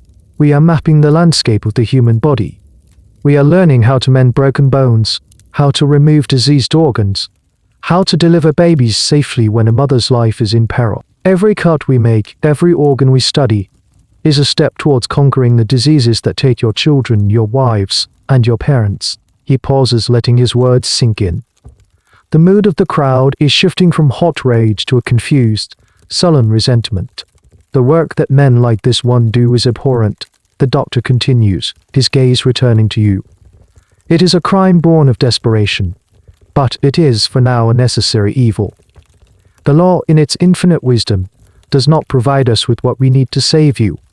So we are forced into the shadows, forced to deal with ghouls and grave robbers, all so that we might have a chance to cheat death for one more day. It's a stunning speech. He is not just defending you, he is defending himself, his entire profession. He is laying bare the central, rotten hypocrisy of the whole system. He is telling these people that they cannot have it both ways. They cannot demand better medicine while simultaneously condemning the only available means of achieving it. This complex argument, the tension between public morality and scientific necessity, is at the very heart of the resurrection era. Historians still grapple with it. Were the anatomists arrogant scientists who felt they were above the law, or were they pragmatic visionaries making a difficult choice for the greater good? The answer is likely both. And in this alley, you are seeing that conflict play out in real time. The doctor is not a villain, nor is he a saint. He is a man trapped in a flawed system, just as you are. He has done something remarkable. He has taken a simple story of good versus evil, the righteous citizens versus the demonic grave robber, and complicated it. He has made them see you not just as a monster, but as a dirty, broken cog in a much larger machine. A machine that, ultimately, is designed to serve them. The blacksmith slowly lowers his fist. He releases your coat, and you slump against the wall, gasping for air. The fire has gone out of the mob. They are left with a quiet, unsettling confusion. Now, the doctor says in a calm, final tone, someone go and fetch a constable. Let the law deal with him. The rest of you, go home. There is nothing more to see here. Slowly, reluctantly, the crowd begins to disperse, melting back into the darkness, leaving you alone in the alley with your unlikely savior. The doctor doesn't look at you again. He simply opens his medical bag, takes out a flask, and pours himself a drink. He has saved your life, not out of kindness, but out of a grim, professional necessity. You were about to be destroyed, and you are, after all, part of the supply chain. The arrival of the constable is almost an anticlimax. H.E.S. a portly, slow-moving man who seems more annoyed at being called out of bed than concerned with the gravity of the crime. He listens to the doctor's brief, clinical summary of events, takes one look at your pathetic, trembling state, and sighs. Right then, he says, grabbing your arm in a surprisingly strong grip. You're coming with me. Being marched through the law is a completely different experience from being chased by a mob. The fear is still there, but it's a colder, more administrative kind of dread. People on the street stare at you. Their expressions are a mixture of curiosity and contempt. You are now official property of the justice system. The prison is a terrifying place, a fortress of stone and iron that seems to swallow the light. The air inside is thick with the smell of unwashed bodies, stale food and despair. You are processed with a brutal, impersonal efficiency, your name entered into a ledger, your few remaining possessions confiscated. You are then thrown into a large, communal holding cell. The cell is a microcosm of London's underbelly.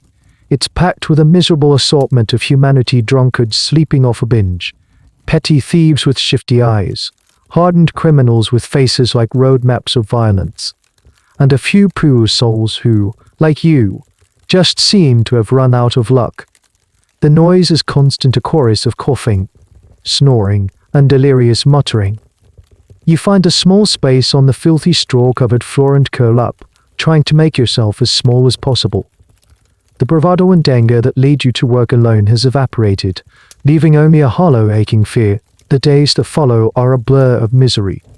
The food is a tasteless, watery gruel. The nights are cold and punctuated by violence. You learn to be invisible, to keep your eyes down, to speak to no one. You have gone from being a hunter in the graveyards to being prey in a stone cage. It's during this time, in the crushing boredom and terror of the cell, that you learn about the lean seasons of your trade from the whispers of other, more experienced criminals. You realize that, had you not been caught, you would have soon faced another, more intractable problem. Winter. A seasoned thief next to you, a man named Jim, explains it. You think you had it bad, wait, till the ground freezes solid. That's the resurrectionist holiday, they call it. In the depths of winter, the earth in the cemeteries would freeze as hard as iron. Digging with a wooden spade would become impossible. Even a metal pickaxe would barely scratch the surface. This effectively shut down the body-snatching business for weeks, sometimes months at a time. It was a forced, unpaid vacation. This created a predictable, annual crisis for men in your trade. They would earn good money in the autumn, when the weather was cool and the nights were long. But they had to make that money last through the frozen, unproductive winter months. Many failed. They would burn through their earnings and, by January, be as desperate and hungry as they were before they ever started. And it's not just the frost, Jem continues, his voice a low rasp. You got the plagues. He tells you about the cholera epidemics that swept through London periodically. During a major outbreak, the city's graveyards would be overflowing with the dead. You would think this would be a boom time for resurrectionists, but it was the opposite. The fear of contagion was so intense that no one, not the resurrectionists, not the porters, and certainly not the anatomists, wanted anything to do with the bodies of plague victims. The risk was too high. The anatomy schools would effectively shut down their intake, and the trade would grind to a halt. So your profession is subject to its own bizarre market forces, seasonal freezes and epidemic-driven shutdowns. It's a point that academic studies of the economics of the era sometimes touch upon, that this illegal trade was as susceptible to acts of God as any legitimate farming or fishing enterprise. A harsh winter or a virulent disease could bankrupt a resurrectionist as surely as a poor harvest could bankrupt a farmer. Lying in your cell, you realize the supreme folly of your plan to work alone. You had no savings, no strategy for the inevitable lean times. You were living hand to mouth, night to night. Even if you hadn't been caught, you were on a path to ruin. Finn, for all his faults, understood the long game. He knew how to manage the season 11 flow of the business. You had only understood the immediate thrill of the hunt and the reward. Your trial is a swift, perfunctory affair. You are brought before a magistrate who looks at you with weary disinterest. The doctor from the alley is not there to speak for you. The constable gives his testimony. You are charged with trespassing and the misdemeanor of unlawfully disinterring a body for the purpose of dissection. Since you were caught without any grave goods, no shroud, no clothes, you are spared the felony charge of larceny. It's the one small mercy of your professional training. You don't have a lawyer. You can't afford one. You offer no defense. There is none to offer. The magistrate sentences you to 6 months in the House of Correction. The sentence is both a relief and a terror. You have been spared transportation to Australia, but 6 months in that brutal, disease-ridden environment is a lifetime. As you are led away, back to the filth and violence of the prison, you feel a profound sense of failure. You have played the game and lost. Your career as a resurrection man is over, ending not with a bag of guineas, but with the clang of a heavy iron door shutting behind you. The 6 months in the House of Correction are a brutal lesson in a different kind of survival. The world of the resurrection ISD, with its strange codes and specific dangers, seems a universe away. Here, the only currency is brute strength and intimidation. You learn to make yourself small, to be invisible, to expect nothing and to trust no one. You work the treadmill, a monstrous device of pointless labor, until your legs give out. You eat watery soup and dream of the greasy meat pie that started this whole journey. The prison is a closed system, but news from the outside world still manages to seep through the cracks, carried by new arrivals and bribed guards. It's in this way, through fragmented whispers and garbled rumors, that you first hear the names Burke and Hare. The story comes from the north, from Edinburgh, a city known for its prestigious medical school, a rival to London's own. The demand for subjects there was just as high, if not higher. The rumors are dark, unsettling, even to the hardened criminals in your cell. They say there's a pair of men in Edinburgh, 2 Irish labourers, who have an almost magical ability to procure bodies for the famous anatomist, Dr. Robert Knox. They never dig, a newly imprisoned Scotsman whispers one night, his eyes wide. Never. But they deliver a fresh one to Knox's door every week. Sometimes more. Perfect specimens. Not a speck of dirt from him.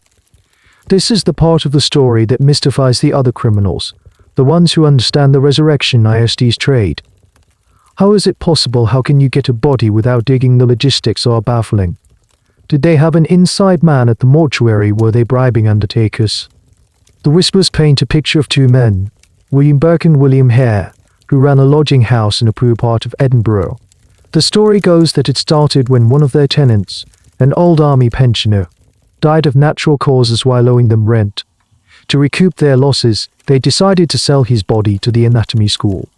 They filled the coffin with tree bark, had it buried, and then, without ever touching a shovel, they had their first subject into handsome payment from Drive. They had discovered a far easier way to make money than digging in the cold, wet ground. The problem, of course, was that their tenants didn't die frequently enough to make it a reliable business. The rumors grow darker, more sinister. There are stories of travelers who checked into Burke and Hare's lodging house and were never seen again. Of street vendors and poor, solitary women who vanished from the neighborhood. The talk is that Burke and Hare had decided not to wait for people to die of natural causes. This is a new and terrifying thought. It's a line that even the most hardened resurrectionists you knew, men like Finn and Patch, would never have considered crossing. Your trade, as grim and illegal as it was, still operated within a certain boundary. You dealt with the dead. You were a thief, a ghoul, a violator of graves. But you were not a killer. The news from Edinburgh suggests that Burke and Hare have erased that line completely. They have moved from resurrection to creation. The story resonates with a particular horror inside you. You remember the desperation, the gnawing hunger, the feeling that you would do anything to survive. You remember the pressure of the lean seasons, the frustration of a failed night's work. You can almost, terrifyingly, understand the twisted logic that might lead someone down that path. If the demand is for the freshly dead, why not simply create a fresh supply? It's the ultimate, most monstrous solution to a supply chain problem. The full details are still unknown, shrouded in rumor and speculation. But the names Burke and Hare become a kind of dark legend in the prison. They represent a new, more profound level of depravity. They have taken the dirty business of body snatching and twisted it into something infinitely more evil. Historians would later piece together the whole gruesome story, confirming the whispers you heard in that cell. Burke and Hare were not resurrectionists at all. They were serial murderers who killed at least 16 people over the course of about 10 months in 1828. They had indeed stumbled upon a new business model, one that bypassed the cemetery entirely. Dr. Knox, their primary customer, asked few questions about the remarkable freshness of their specimens and their lack of burial soil, a willful blindness that would later tarnish his reputation forever.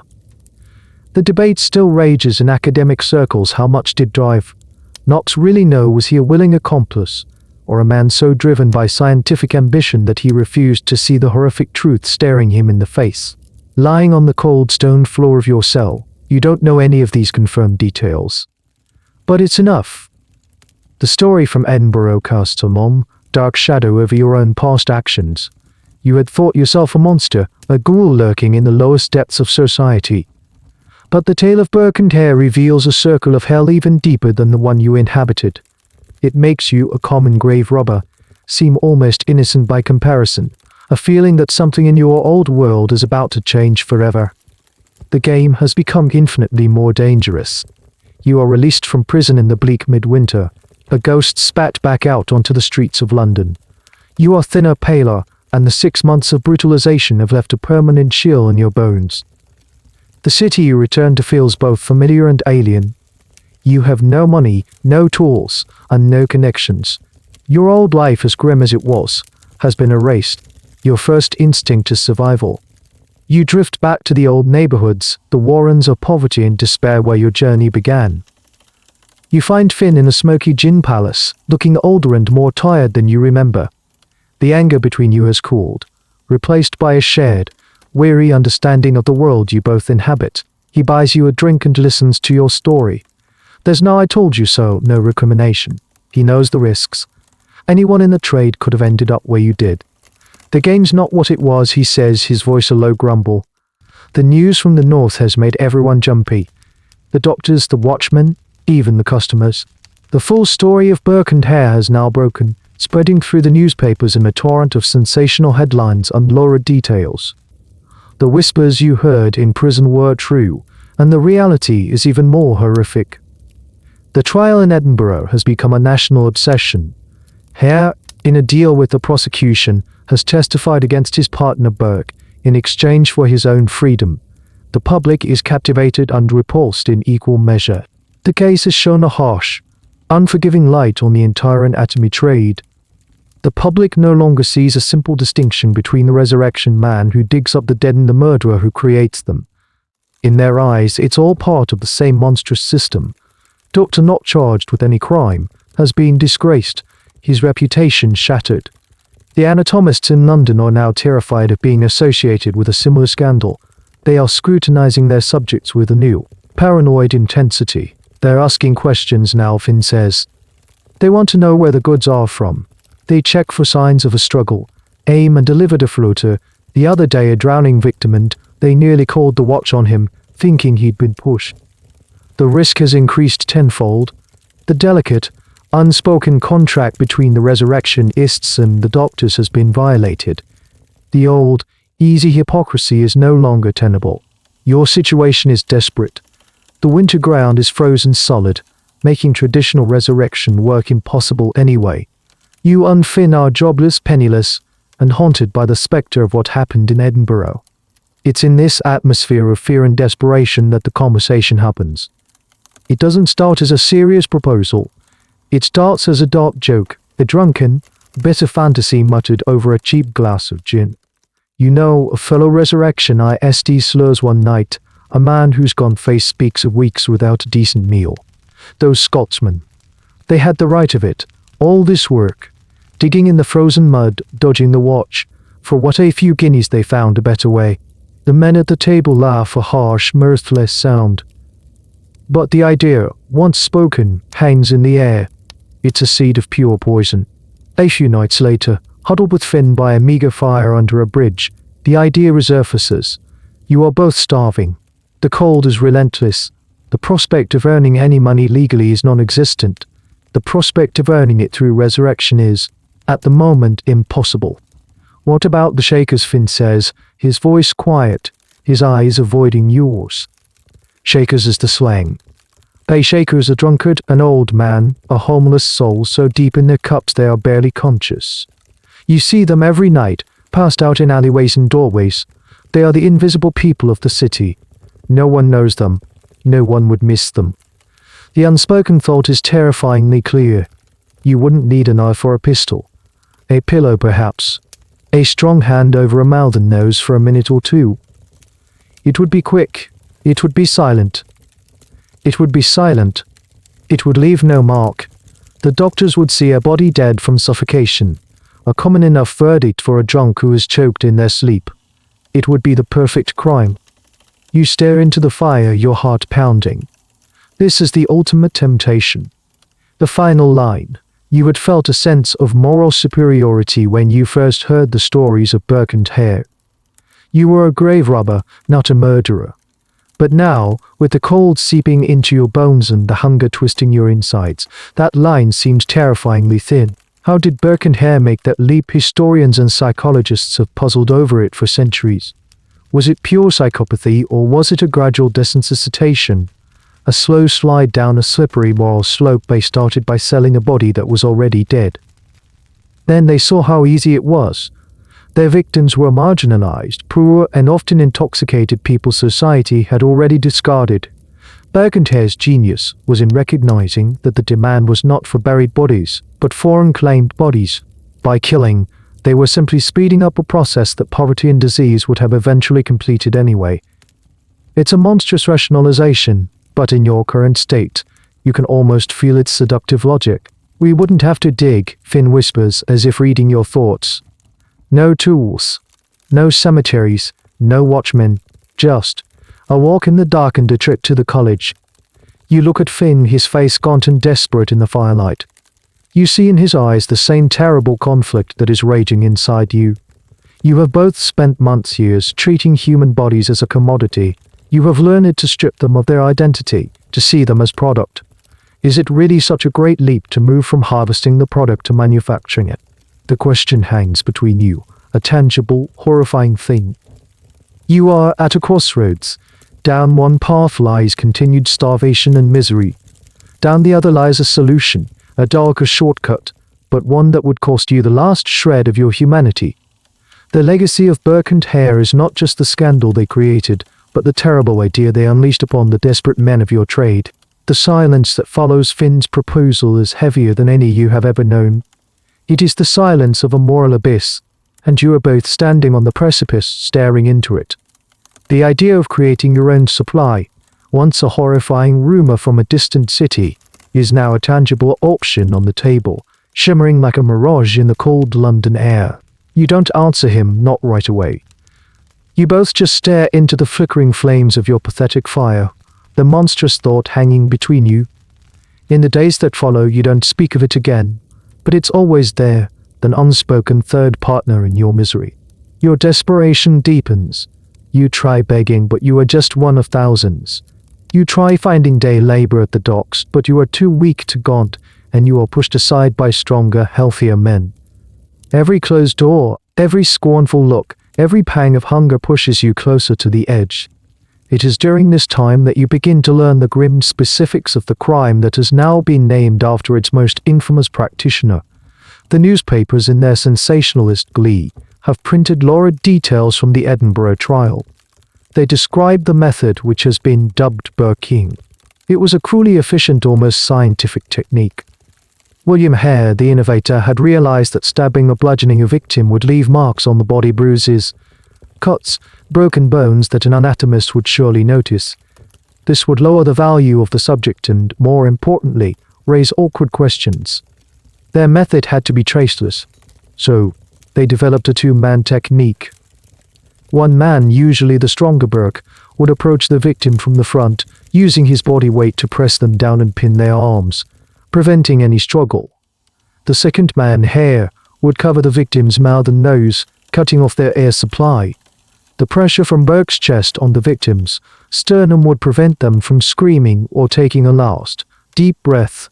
Death by asphyxiation would come in minutes, leaving behind almost no external signs of violence. The body would be perfectly preserved, a prime specimen for the anatomy table. Reading these descriptions, or hearing them recounted in the taverns, is a chilling experience. It's not the work of a frenzied, passionate killer. It's the cold, calculated methodology of a manufacturer.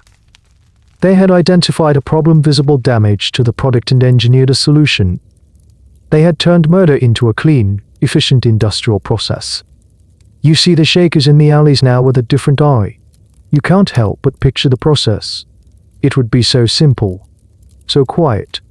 You find yourself assessing them not as fellow sufferers but as potential subjects. That one is too big, he might struggle, someone might see. That one, over there, in the deep shadows, small and frail, he would be perfect. The thought makes you sick to your stomach, but it keeps returning, a persistent, venomous whisper. You and Finn are walking one night, aimless and freezing when you see him. An old man huddled in a doorway, clutching an almost empty bottle of gin. He is skeletal, his clothes are rags, and he is mumbling to himself, lost in a drunken stupor. He is the perfect target, isolated, weak, and anonymous. You both stop. You look at him, then you look at each other. This is the moment of truth. The unspoken question is finally asked, not with words, but with a shared glance. The internal conflict is a physical agony. Every instinct for survival, sharpened by months of starvation and cold, is screaming at you to do it. It's a solution. It's money. It's a warm meal and a safe bed. But another part of you, the part that still remembers who you were, the part that was horrified by the desecration of your first grave, is recoiling in absolute terror. This is the psychological leap that historians find so fascinating and so horrifying. What allows a person to cross that line? The resurrectionist's trade, by its very nature, was a desensitizing process. You had learned to objectify the human body, to see it as a commodity. Burke and Hare simply took that objectification to its logical, monstrous conclusion. If the body is just a thing, then the life attached to it is merely a temporary inconvenience, an obstacle to be removed before the product can be brought to market. They didn't see a person, they saw a 10-guinea note, wrapped in skin. You stand there in the frozen alley, the fate of the old man in the doorway resting on your decision. Can you do it? Can you become a Burke? Can you place your hands over a man's mouth, nose, and feel the life drain out of him, all for the sake of a few coins? You look at Finn, and you see the same turmoil in his eyes. He is a hard man, a man who has done terrible things. But you can see the fear there. This is a different kind of crime. This is not theft from the dead. This is theft of life itself. In that long, silent moment, something shifts. The horror of the act finally, definitively, outweighs the desperation. Perhaps it's the memory of the mob, the raw hatred in their eyes. Perhaps it's the 6 months you spent in prison, a stark reminder of the consequences. Or perhaps, deep down, there is a line of morality that even you are not willing to cross. No. You say, your voice a ragged whisper. The word is small, but it feels momentous. Fine doesn't argue. He just gives a slow, shaky nod. A wave of relief, so profound it almost brings you to your knees, washes over you.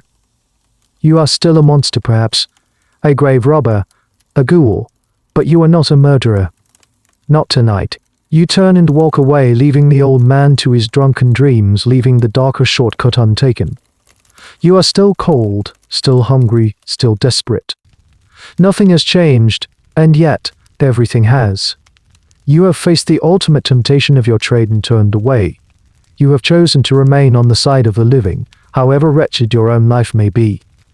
Your decision in the alleyway doesn't fill your stomach or warm your hands, but it does settle something inside you. You have drawn a line in the dirt. It's a small, pathetic victory, but it's a victory nonetheless. The world, however, does not reward you for it. The winter drags on, a season of unrelenting misery, and then the news that has been simmering in the north finally boils over, engulfing the entire country.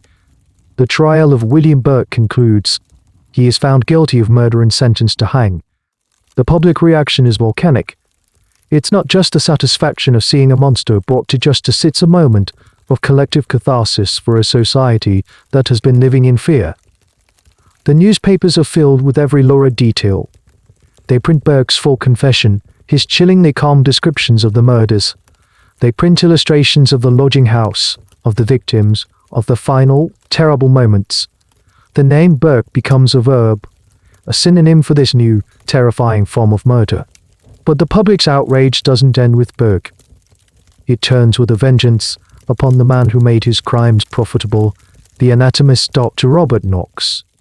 Hare, the accomplice turned informant, has been released and has vanished, spirited away by the authorities to escape the wrath of the mob.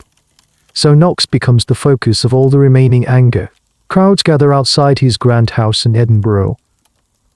They chant, they throw stones, they burn him in effigy. He is the man who buys the dead, the cold, arrogant scientist who funded the slaughter. The scandal permanently destroys his career. Though he is never charged with a crime, he becomes a pariah, unable to secure another respectable position for the rest of his life. The shockwaves from the Burke and Hare case radiate outwards from Edinburgh and hit the London anatomy schools like a tidal wave. The public, now fully aware of the dark economy that underpins medical science, is looking at every anatomist with suspicion. They are no longer seen as heroic pioneers, but as potential accomplices to murder. The fear among the London surgeons is palpable. They slam their back doors shut. The informal, clandestine system of procuring bodies grinds to an almost complete halt. The risk is now too great.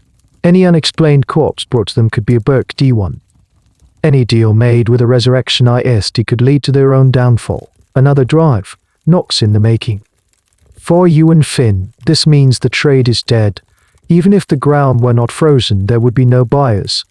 You are obsolete, relics of a system that has suddenly, violently, imploded. The scandal has done what years of more safes, watchmen, and public anger could not. It has put you out of business.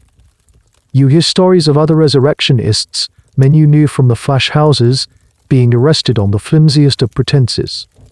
The authorities are cracking down, eager to show a nervous public that they are taking action. Being a known sack-em-up man is now enough to get you thrown in jail. The irony is bitter. For years you operated in a legal grey area, your crime a mere misdemeanor. Now, thanks to the actions of two men in a city hundreds of miles away, you are seen as being part of a murderous conspiracy. The entire profession has been tainted by the crime of Burke. This is a major turning point, not just for you, but for the history of medicine. The Burke and Hare murders, in all their horror, forced the government's hand. The informal, illegal system of supplying bodies was no longer tenable. It had led, foreseeably and inevitably, to murder. The public was demanding change. The medical establishment, terrified for its reputation, was also demanding change. Everyone agreed that something had to be done. The debate rages in Parliament.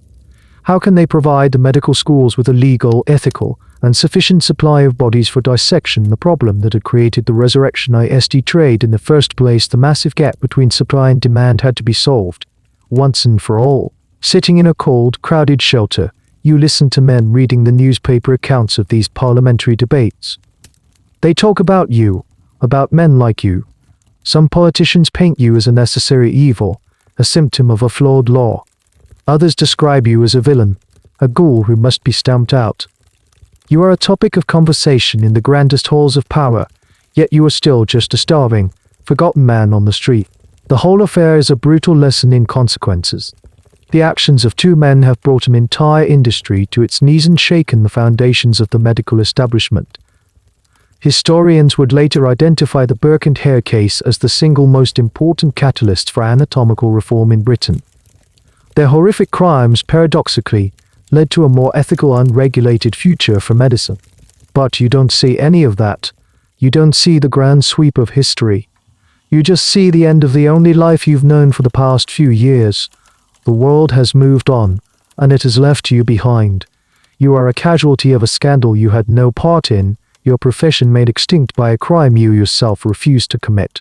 The future is a blank, terrifying wall. The resurrection man is dead, and you have no idea what will rise from his grave. The spring of 1832 arrives not with warmth and hope, but with a sense of finality.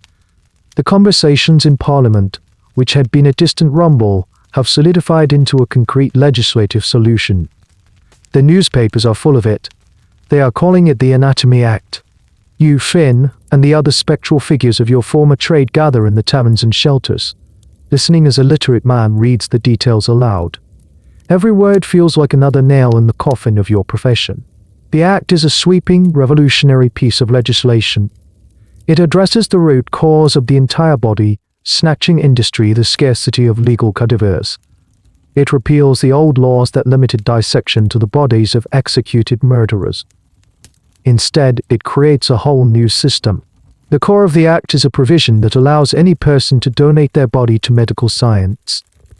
More significantly, and more controversially, it gives anatomists the right to claim the bodies of anyone who dies in a workhouse, hospital, or prison, provided that the body is unclaimed by any relatives. A bitter, mirthless laugh ripples through your small group. Unclaimed bodies, one man's scoffs. That's us then. That's our lot. It's a chillingly accurate assessment.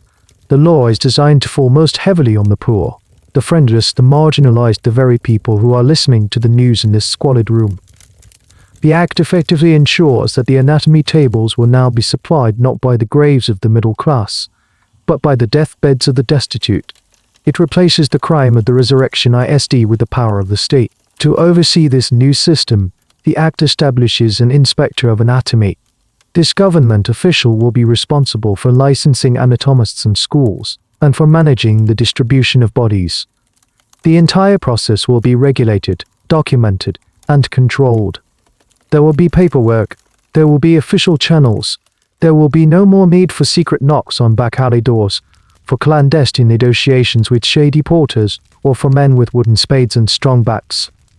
The Act also includes a clause specifically targeting you. It increases the penalties for body snatching. What was once a misdemeanor is now a much more serious offense. The legal loophole you operated in has been decisively slammed shut. The news is received with a grim, resigned silence. It's over. The profession of the resurrection man, a trade that had flourished in the shadows for over a century, has been rendered obsolete by an Act of Parliament. You have been legislated out of existence. You look at Finn. His face, usually a mask of cynical resilience, is slack with defeat. This is a blow from which there is no recovery. This isn't a lean season or a temporary crackdown. This is a permanent, structural change to the world. The reactions from the wider public are mixed. The medical community breathes a collective sigh of relief. They finally have a legal, reliable source of subjects. They can step out of the shadows and conduct their research in the open, free from the taint of scandal.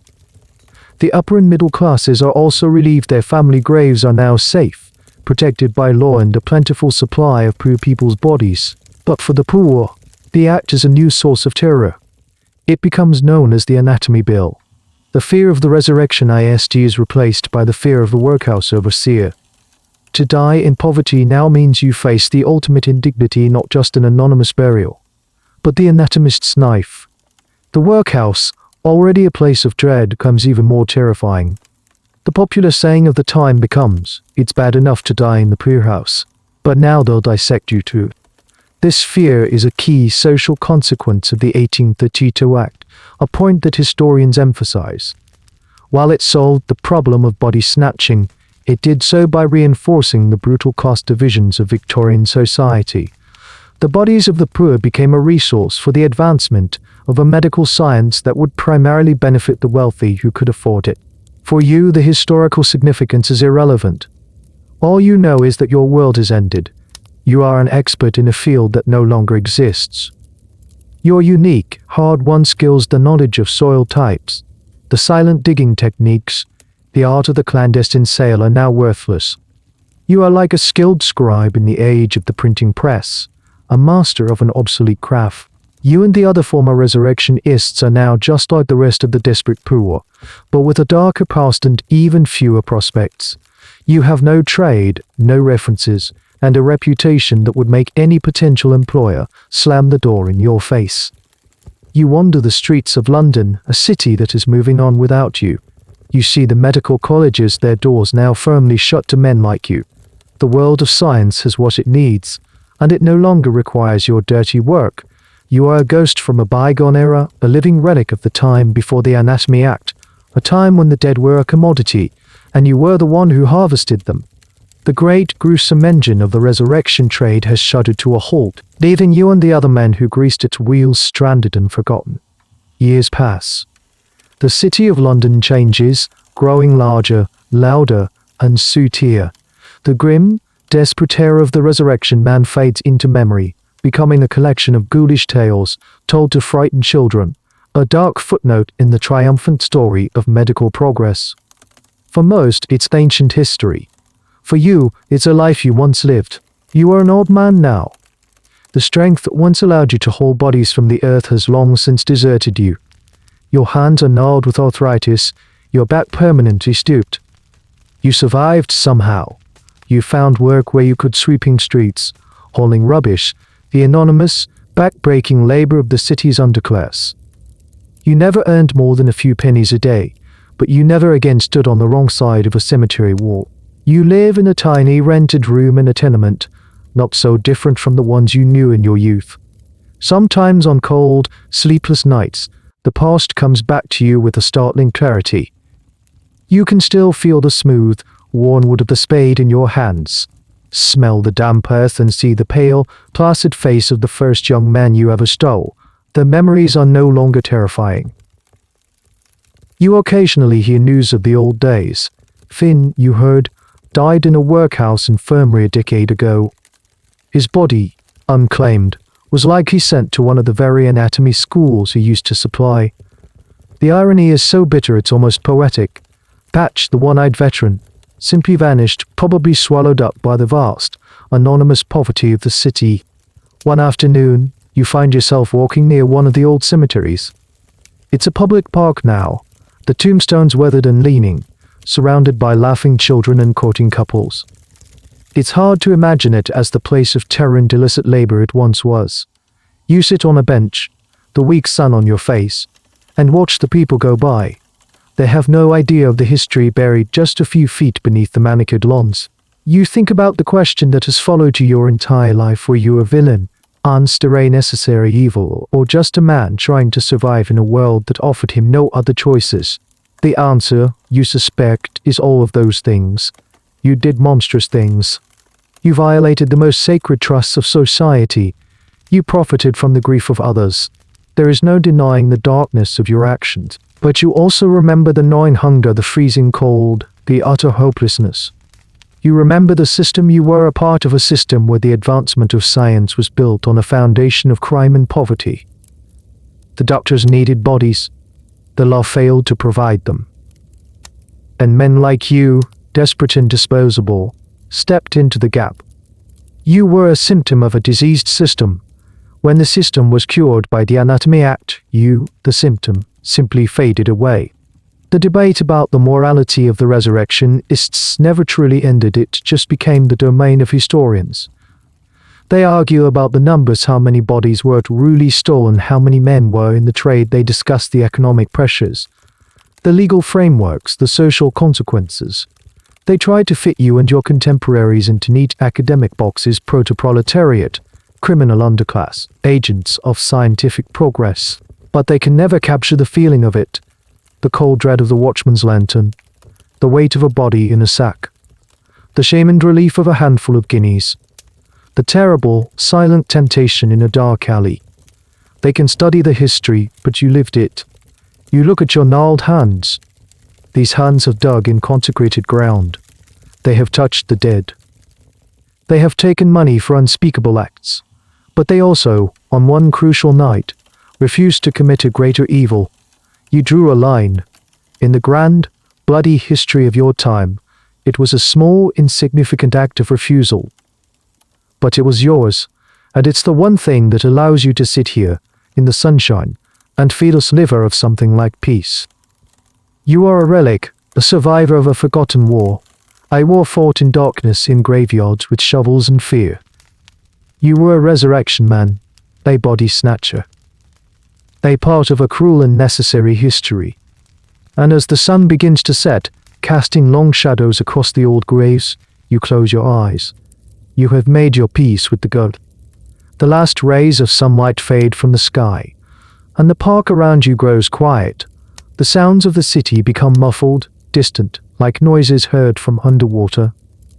The air grows cool, and a gentle stillness settles over the old stones and the ancient trees. The boundary between the waking world and the world of sleep begins to blur, and you feel yourself drifting, a slow, easy descent into the quiet dark. The memories of the past no longer have sharp edges. They have softened with time, their colors fading like an old photograph. The fear, the hunger, the cold. They are just words now, echoes in a long empty hall. The faces of the dead you once knew are no longer clear, they are just impressions. Faint smudges of moonlight on a forgotten landscape. You are flinters of moonlight on a forgotten landscape. There is no more struggle, no more running, no more digging in the cold, hard earth. There is only this profound sense of peace, a quiet acceptance of the long, strange journey you have traveled. The weight you have carried for so long is finally lifting, dissolving into the twilight mist. The story has been told. The last page has been turned. And now, there is only rest, the deep dreamless and well-earned rest that comes at the very end of a long and difficult day.